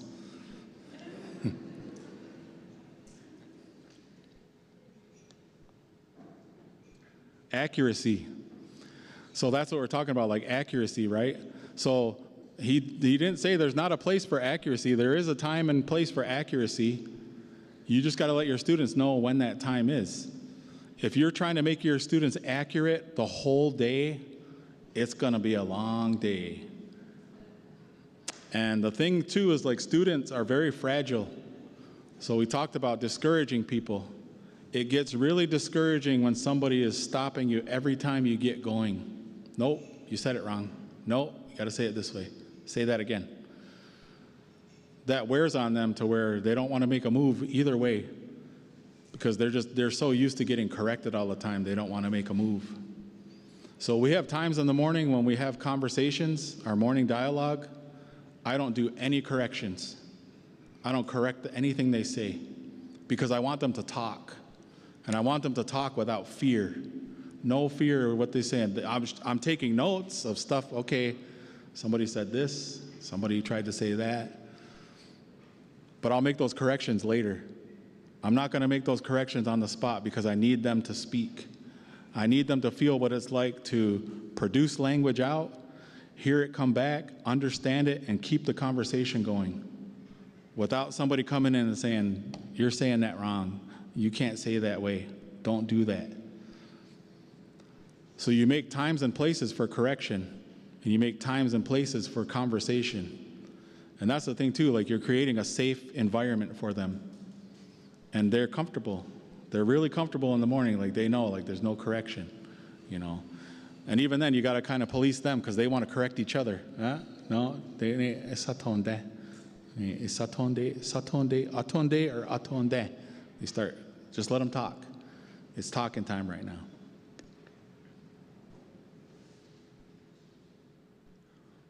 Recognizing what is production and what is not production. Okay, so if I do a repeat after me drill, that is not production. I can do that to teach you how to like produce a sound so you can hear it, let it go through your head, and then figure out how to produce it out of your mouth. But that's not a production drill, that's just a repetition drill. So understanding what is production and what is not production. Production is when they can just generate a thought and just say it on their own. On their own. It's not you telling a kid, nyawe itzi. Say nyawe. Well, okay, they'll just say it because you told them to say it. The production is when they start actually saying things. The production is also beyond just command interactions. If all they can do is like follow commands and respond to commands, there's a level of interaction in there, but there's not a lot of production. You know, but if they can come home and tell you how rough their day was because I lost my toy, somebody took my toy at school and I don't like that boy and, you know, we should go over to his house. Like if they can have a whole full-blown conversation, produce something, that's production. And for you to recognize what's production and what's just reproduction, I guess, and repetition. Not that those other things aren't important. Those are parts of developing language as well. Just try to be aware of what is actual production and what's not, because sometimes we oversell what we think our kids can do. Oh yeah, they're speaking. I say stuff and they go pick it up. I say stuff, yeah, they're speaking. And then they're not speaking, but they're learning. They understand. That's part of the process. You know, just you want to recognize so you don't oversell. So the other thing I learned about SLA, so BVP wasn't the only person I listened to. There's a lot of people I listened to for SLA. And one of the things they talked about, a lot of the stuff in SLA is based on research and data. Or what do they say up here? Do they say data? I know up here it's a little bit different, right? Like resource instead of resource and adult instead of adult. So there's data, research and data to back up what they're saying. So these guys, they're like, this isn't just my opinion on what works and doesn't work. This isn't just me talking about, well, I used it and it worked for me, so if I use it, then it'll work for you. We're talking about languages across the world where they've taken populations that weren't speaking, implemented effective methods and assessments and conversation starters, and rebuilt their language through these methods. And there's tons and tons of data and research to back it up. And that's important. And I know we can look at some of that and say, well, that's the white man's way, and but there's an effectiveness in it too. So you don't want to negate that to say that, you know, you don't want to just rest on your opinions. If you have data and all kinds of stuff to back it up, then why not jump on that train and use it for Mohawk, use it for Cayuga, use it for Oneida. to make your delivery system more effective and more efficient, to produce more speakers, to empower other people to be speakers. And in order to do that, you can't just sit on your laurels and not do anything. You can't be complacent in where you're at. You kind of have to always push yourself and expose yourself to these things. So a lot of these podcasts and videos, I don't ever just watch them one time and get something out of it. I watch these things like 5, 6, 10 times. I listen to them over and over and over again. If I have a long car ride, I'm playing one of those instead of I don't know, Sirius XM or whatever. I'm listening to those to get other viewpoints, other ideas, other insight into how people work. So you got to be hungry. You almost have to be like, you have to have this level kind of insanity or like obsessiveness to do stuff like that, because you have to push the envelope. And we're in a real crucial time.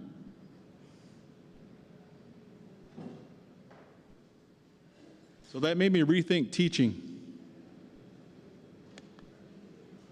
So one of the things that I recognized more this year, but as it made me think about the past cohorts I taught and the people I've seen in other classes, is the trauma that has happened to our people. I try not to dwell too much on the trauma, because I think if you're already in the language game, you're already aware of boarding schools and them taking kids away. Like, you don't need to sell me on that. I know that happened. You don't have to, I'm in the mission. You don't have to tell me about boarding schools anymore. But at the same time, that trauma that has been passed down is still here today, in the sense of a lot of your students that come to you, your adult students, you don't know which ones are in survival mode. You don't know which ones are in survival mode, and here you are, you're trying to push them and get on them and do all this stuff to them. You don't know what they come from. So you always have to have like this level of compassion with them as you teach them, that they might be coming from something really tough in their life. They might be in survival mode. And if you push them hard on this vocab test, or you make them feel like crap because they had 2 weeks to study and you only got 60%, you got to find ways to work with your students. You also have to examine your own work. So sometimes when my students don't perform up to expectations, I don't put it all on them. Well, they didn't study enough. Well, they didn't learn. Well, I went over this. They should know this. Maybe I didn't go over it well enough. Maybe I didn't give them enough examples on how to use it. Maybe I wasn't clear. So what can I do better to help them be better? How much of it is on them? They didn't fulfill their responsibilities. How much of it is on me as a teacher, as far as, was I effective? Did I do as good of a job as I could have? Do I understand this topic enough to communicate it effectively? You have to look internally as well. So pretty recently, like our job, we have our program. We pay students to learn the language. It's a paid program. So it has the aspects of going, if anybody's gone to university, you got to go to class. Some of your professors, they take attendance. You miss so many classes, they'll drop you from the class. And you can get dropped with an F. But you're paying for that class. You pay for it. That's your money down the drain if you don't do that. This one's the opposite. You got to come to class, but it's also the aspect of a job. Monday through Friday, 9 to 5, 9 to 4, you got to be there every day. You got to be at your job every day. And I guess it's a little different. It's not like if I work at a car assembly line and if I'm not at my station, then things aren't getting made. The class is going to go on whether you're there or not. So it's a little different. But you still have to be there. You got to be there every day. We're going to cover things. You're going to be responsible for the stuff we cover. And I used to say, we're paying you to learn the language. But somebody had a different perspective the other day. They said, we tell our students, you're being compensated to carry the language forward to the next generation. And I kind of like the way that one rides a lot better than me saying, we're paying you to be here. We're paying you to speak. I mean, we are, but maybe that's the wrong way to say it to people. Maybe that doesn't motivate people, you know, but to say, like, you're going to be compensated to carry our language forward, because it's a big responsibility. So if you can get paid for it and have enough to take care of your family or take care of your bills, because bills are real. People have bills to pay. You got a car payment, you got a phone payment, you got a house payment, you got to pay your credit cards. You have to have an income to do that. So we compensate them for that. So one of my favorite players, basketball players, was Kobe Bryant. So any of you who know, like, Kobe Bryant passed away right before the pandemic. He was in that helicopter crash. But he was already retired, and more than basketball was the way he looked at things, the way he looked at greatness. He never just studied basketball players. He studied amazing writers. He studied amazing artists, amazing directors, amazing poets, amazing dancers. People who were really good at what they do. And if they wrote a book, then he would read their book. Why are you great at what you do? What is your thinking for you to be the best at what you do? And so that's what he always looked for, was greatness. Greatness in people. And it didn't have to be just basketball. It wasn't just about basketball. So there's an interview with him one time when he talks about greatness. And he says, greatness isn't everything that you are, all the things that you accomplish. He's like, that's not greatness. Greatness is when you inspire other people to be great. You inspire other people to do their best, to reach for the stars, to be so good at what they want to do, whatever they want to do. You inspire them to be as good as they can because of the way you carry yourself, because of the way you care, because of the way you try to understand people. Even when you lead by example, you're the first one in and you're the last one out. And nobody can take that away from you. And people can always look back, you know what? That teacher, she was always there. She never didn't answer my call.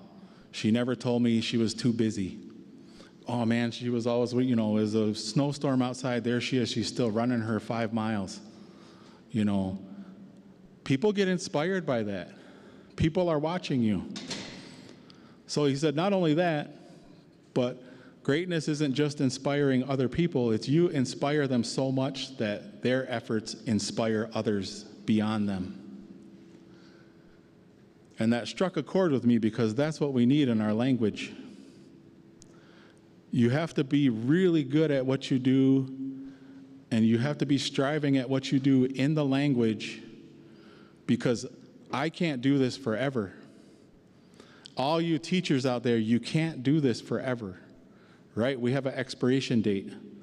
So in those funeral speeches, it says, like, we're only here for a short time. We're only visiting here for a little while, and everybody's going to go on. So we're only here for a little bit. So you do what you can with your time that you have here to inspire others to pick up the work and carry it as hard as you did, or even better than you did, so that they can inspire the ones that are going to come after them, and that you can live your final days knowing that you did everything you could, and with this comfort that things are going to go on even when you're not here. That's a real comfort. So when I used to visit our last elders in the community, like, that's what I wanted to do for them. I wanted them to feel like somebody takes it serious. Somebody's going to do it whether they tell me to or not. Somebody's going to try to inspire others to carry it forward. Just to try to give them that peace of mind that okay, our language is going to keep going.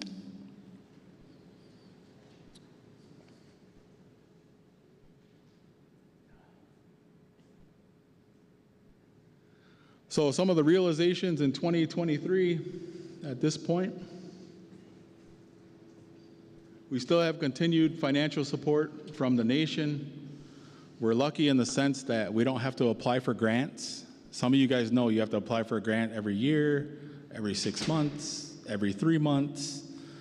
They're competitive, right? That money you want, other people also want that money, so you have to beat them for the money. It's competitive. We're fully supported by our nation still. We'll start our 5th cohort this fall. So we have the support in the sense that we can keep having our programming. As a result, we need our own school. Just like KG needs their own school, we need our own school. We're outgrowing the space that we have. Student retention. Student retention isn't always great. If I look at that statistic, it's not a great one.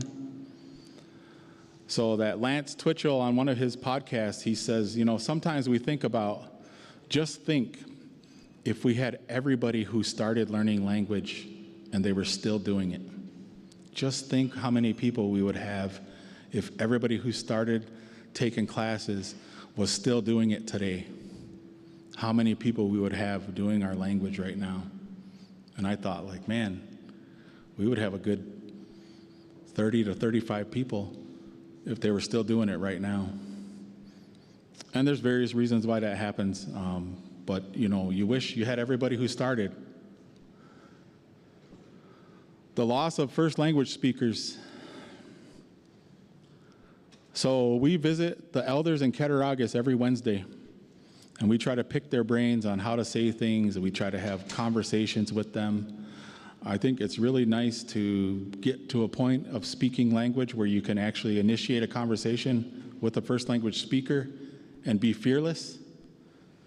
Fearless in the sense that you're going to mess up, but you're still going to talk to them anyways. Fearless in the sense that if they correct you, you're not going to get all bent out of shape about it. And they're all in their 80s. And when our speakers at home were around, and every time they made it another year, I thought, I need to go sit with them and I need to record some of these things. And I just kept thinking, I'll do it next time. I'll do it next time. And another year would go by and they're still around. And I said, okay, I'll do it next time. And then next time never came again. They were gone. And I can't ask them those things anymore. And these elders we sit with every Wednesday, they only have a little bit of time left. I'm not wishing anything bad on them. I hope they live to be 150.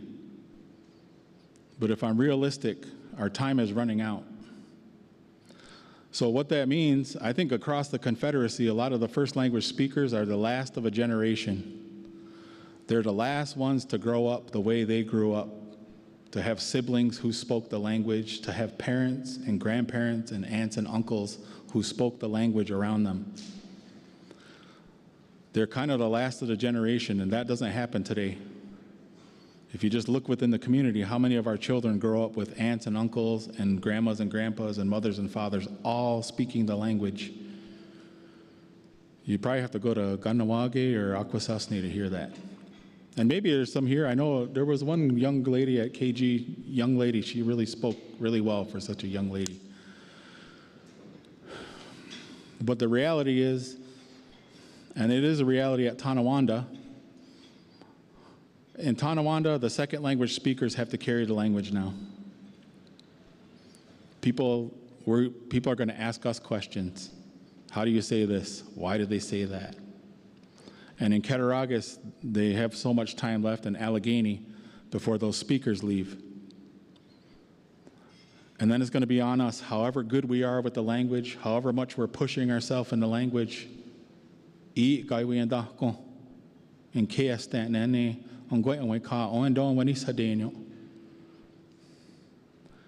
then dwade haston nani and dwa wheat sake nani ongoing away ne nani on don when he's like that's a big job. And sometimes I want to ask those elders, what was it like when your elders passed away and you realized now you got to carry it? Now it's up to you. Now you got to make sure the ones coming behind you carry it. Because I got to imagine the elders before the current elders, the elders probably think, oh, they knew way more than I did. And you're just trying to do your best. And I feel like that. The elders now, they know way more than I'm ever going to know. And even though that's a fact, me and everybody else who's in this, we're going to have to step up to the plate and do our best for the ones that are coming after us.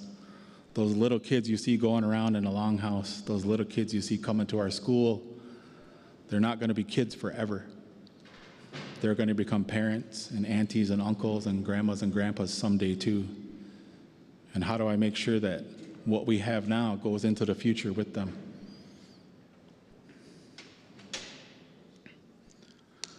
So we're almost at time here. There's only like 4 minutes left.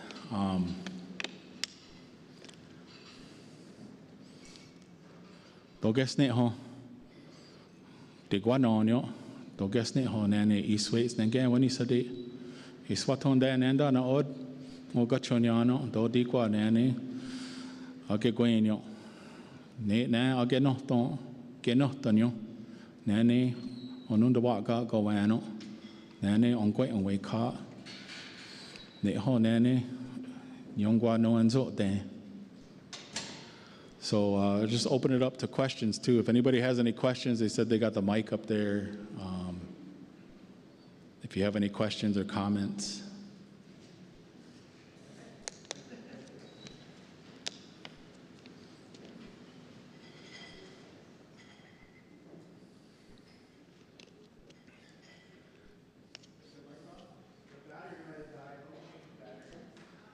So you could just ask out loud if you want.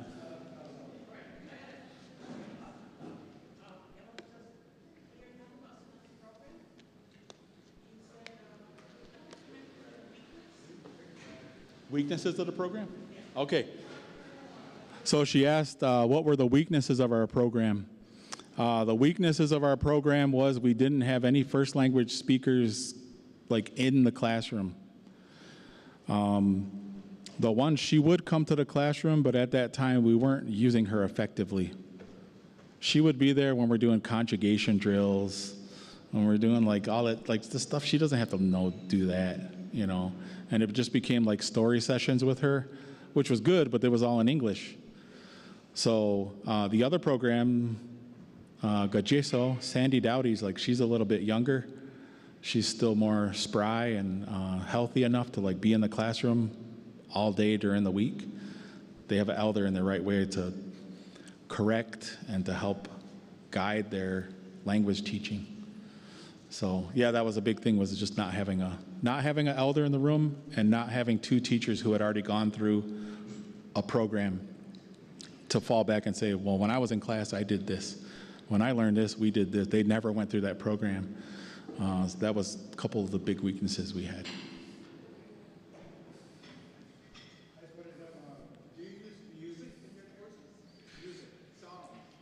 He asked if we use music. We do with the kids to teach them, you know, little phrases and days of the week. And but as far as with the language in our program, I mean, we have people who sing. Both of them that are here, they love to sing. They're good singers, but we never really like incorporated it into the class.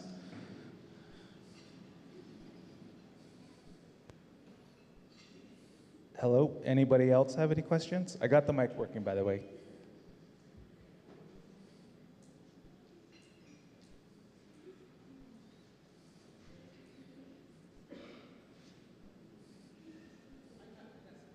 Oh, we got one more. Okay, I'm coming. I got the mic working now. So you were talking about you study or you listen to those podcasts. So and that's kind of where I land. Is like I'm running a pilot program right now, and it's just my family and they're my guinea pigs. So they're good about letting me experiment on them. But I just do verbal like checks How was that? Did you find that effective? Was that good for you, or was that not good for you? You know, To do verbal checks on them to like. Yeah, just ask them like, okay, at the end of it, because it's only once a week, 2 hours a week, and it's just this, and it's a big range too. Like, I have some in there that have like 0 exposure. Then I have others that have like been to Longhouse, but you know, because we're all older, we didn't have immersion when we were growing up. We just had NSL, like the programs that you have, like 45 minutes, whatever. So it's a big range. So I just check in with them, and plus, the other thing is, like, it depends where you grew up on the reserve. Some might have Mohawk, some might have Cayuga. So where I grew up, we learned Mohawk, but I'm teaching Cayuga. I mean, and we were all in the same situation. Leave your Mohawk at the door. But it's kind of hard because it keeps coming back. But anyways, to help them. So they have, the ones that are there, they still have a little bit of knowledge, like from a long time ago when we were young.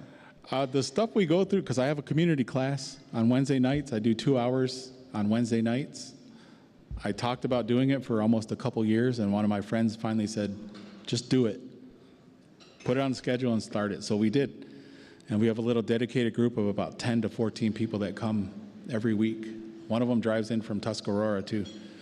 So they pick up a lot.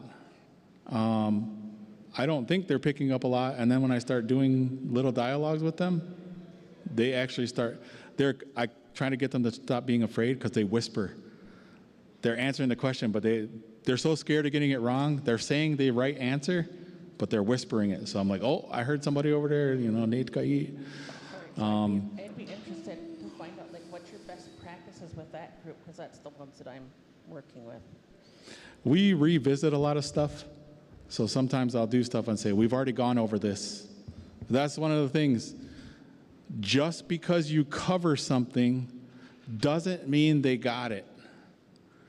And you can't come back the next week, hey man, we went over this last week, you should know this. Just because you cover something doesn't mean they got it. So even though I say we're repeating something we did before, I always understand repetition is really helpful. And if you look at some of the stuff in our ceremonies and stuff like that, if you look at like what Jake Thomas used to say and what Audrey Shenandoah used to say, they said a lot of the stuff in our ceremonies was very repetitious. And we got tired of the repetition. But the repetition was intentional so that it would take part in our heart and our minds so that when we needed it, it could come out of us. So I never overlooked like that repetition. Don't ever feel bad for like repeating what you got to do, because some of them, they're still hungry for the stuff that they didn't get. And we'll repeat stuff. We'll go over familiar stuff and a little bit of new stuff, and that helps them. I don't want to take whoever's next. I don't want to take their time who's next after me. So. Any other questions?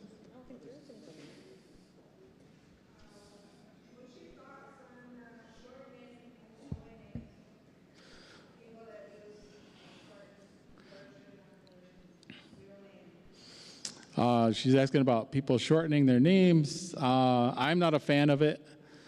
When I got my name, Sodzit Zowa, some of the class started trying to call me Sodzit. What's up, Sodzit? So I didn't ask them to do that. I didn't go around and say, call me Sodzit. I didn't care for it. And the word got back to my clan mother to where she thought I told them to do that, and I said, no, I didn't. So I had to tell the class, make sure you say the full name. I don't know, like if you go through all the trouble to go get a name, you should keep that name, you know? When you learn through this, like these programs, like you learn that sago is a prefix for him to her, or him to them, him to someone. Right? And then somebody has a name, Sago, whatever, right? So I just say, Sago Dienos, is that his name? So Sago Dienos is the police. He catches them. So this Sago can be a whole bunch of things, right? Yeah, I'm not a big fan of it. And in our class, nobody's name gets, well, one name gets abbreviated in class, but usually we call him by his full name. So I'm not a big fan. Keep your language. If you're going to go through the trouble of getting the name and going through the ceremony, that's what you want to do, is use your name. Okay. I guess that's it. All right, way so now. I got one more question. Is it on? Let's have a great round of applause for Jisto.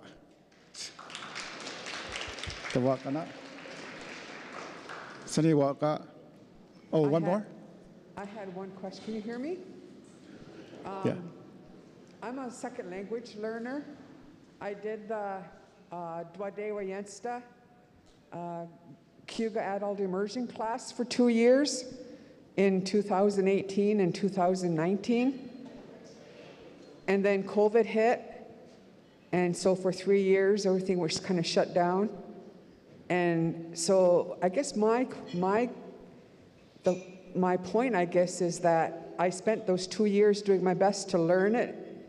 And then I was then off for 3 years. And now most of the programs are for beginner speakers. And I've gone to beginner speaking classes just because I want to hear it, but it's really basic for me. And so I guess my question is, or my concern is that I've lost that chain because there's nothing for, well, I shouldn't say nothing, but it's very hard for people who are sort of at that novice, high, low, intermediate level to continue on when all the classes offered here are beginners. And so I'm just wondering what we can do for people that might be in my position, because there were several of us in that class that have done language learning, but we're losing it because I do what I can do on my own, going over the work I learned, going over all those paradigms you're talking about. And my mother has passed, so I don't have an elder to speak to now. So I'm just wondering what we can, if there's been any thought to help people who are above the beginner level, but not the really high level, I guess. I'll try to be quick.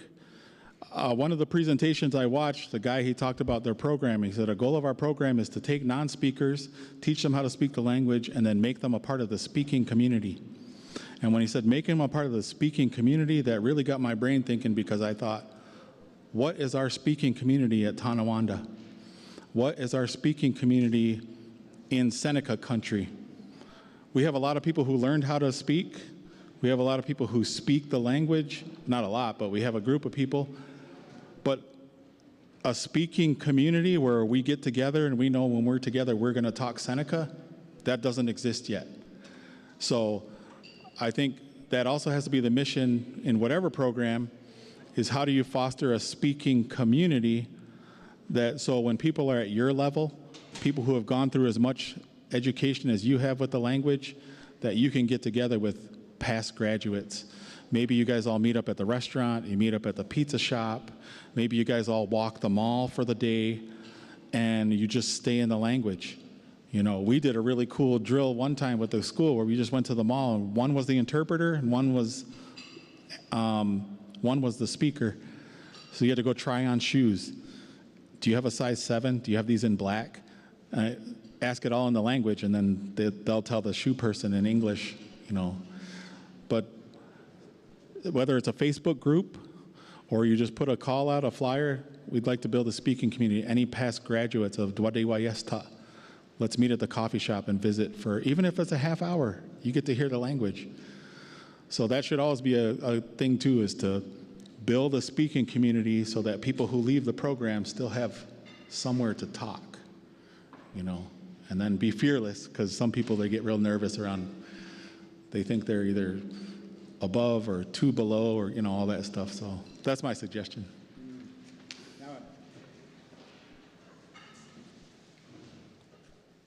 So we have more food. So we'll have a 10-minute break, and then we'll wrap up at 2:45 with Kanahonyok. But we heard such great stories today. We'll wrap it up tomorrow as well. We'll have Kanahonyo at 8:30. 9 o'clock tomorrow.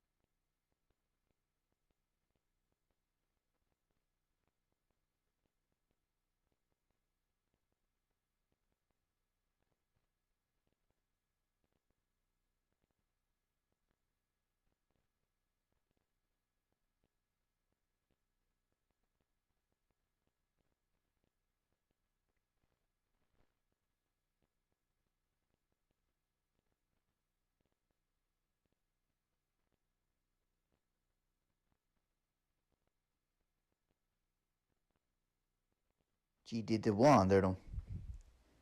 G did the wanderum. G did the wanderum. Ungwawana sun a. Ungwawana sun a. Ungwawana sun a. Ohandum yabani sera the nyunje. Ohandum yawani sera the nyunje. Ohandum yabani sera the nyunje.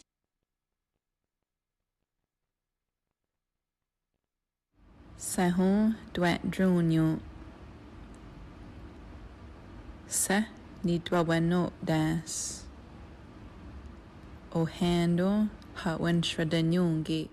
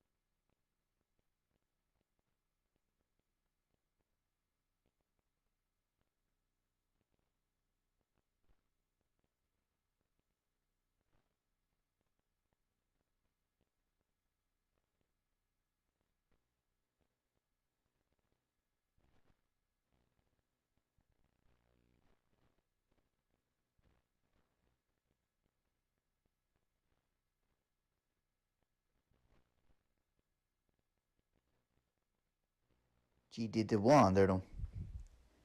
G did the wanderum. G did the wanderum. Ungwawana sun a. Ungwawana sun a. Ungwawana sun a. Ohandum yabani sera the nyunje. Ohandum yawani sera the nyunje. Ohandum yabani sera the nyunje.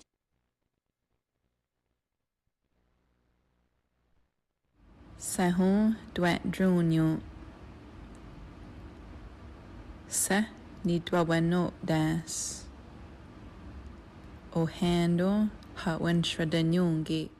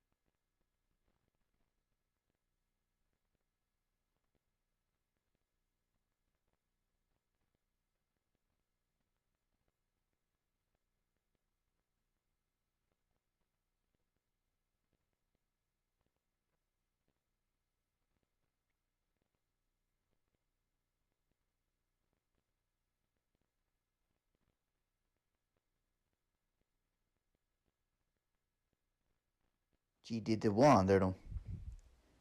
G did the one there. G did the one there. Ungwawana soon Ungwawana soon Ungwawana soon O handum yawani sera the nyunje. O handum yawani sera the nyunje. O handum yawani sera the nyunje.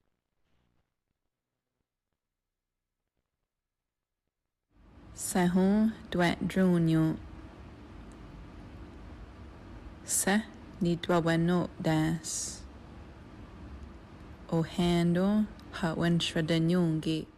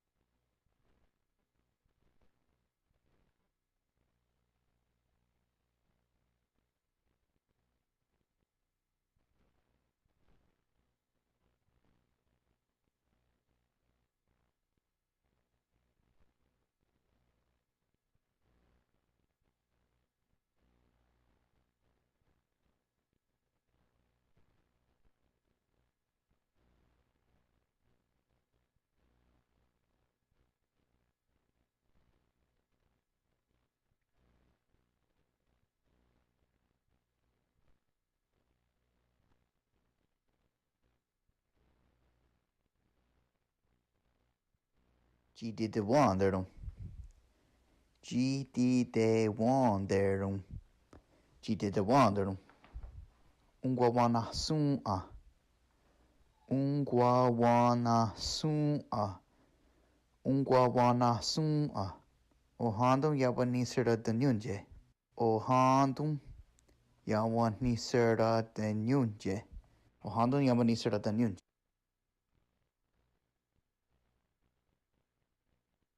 Sahun dwet drunyo. Se ni dwawano das. Ohando hawan shradanyungi.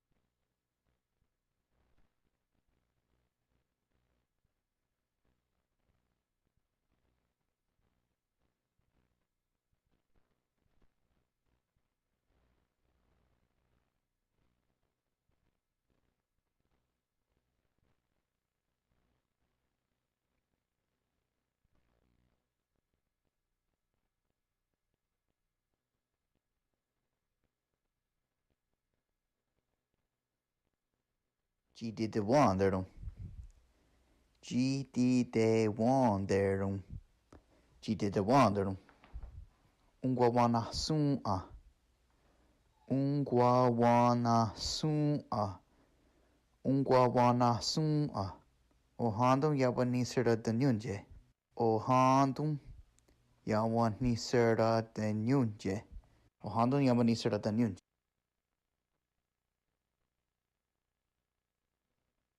Sahun dwet drunyo. Se ni dwawano das. Ohando hawan shradanyungi.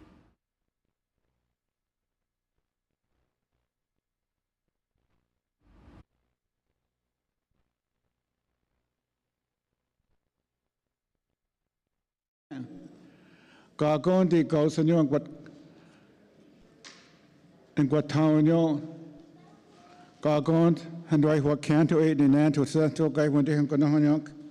Nati always such cannot do not in your native hig. Ihia Scott and Dwayne and Guatnicoha. Scott that don't what I don't know and again your tongue on Guatnicoha so. And down and draw Troy who don't hold on your touch snake is not knowing he. Need he wake on the tino honyo and again your tongue on Guatnicoha so. And down and draw Troy. Gain you go dog a do here, Colonel, Ned Yunky donkeys, Nanto wins a day. Did he wake on the tino honyo, gain you go dog a do here, Colonel, donkey and your tongue, and again your tongue, and go on and go home soon. And down and draw, Troy said to go on your scanner dio, or who wanted to talk towards the scanner he went shredding Yunky. Did he wake on the honyo, said to go on your scanner dio, and again your tongue, and go on and go home soon. And down and draw Troy said to come here de Hanagris and Guayadiso. Nate song to Santum Scano, I do not know. Nate he Guagan to Don Honio, how get to Nagri, some Guayadiso, need again your tongue, and Guanico song. And down and draw no what quanquans, goes on your what cow song go. Gagon, and what they can in there. Gain you with dog a do here, Colonel, don't do some key handies. Sonky hand dance and home what's got in your was Nishtrinis done it too. So we'd just like to thank the four beings for taking our hands and taking us home today. And we'll open with a Kanohonyo again tonight. So with that, we wish you all a safe 2 hours before you come back. 3 hours for the social. And there's going to be more food, so bring your families. We'll have more to eat together. Donnie too. We'll see you tomorrow or tonight. Oh, just one quick announcement. Somebody did leave their phone, so we'll leave it with the organizers, an Apple phone. We'll see you tonight at 6. Hold on.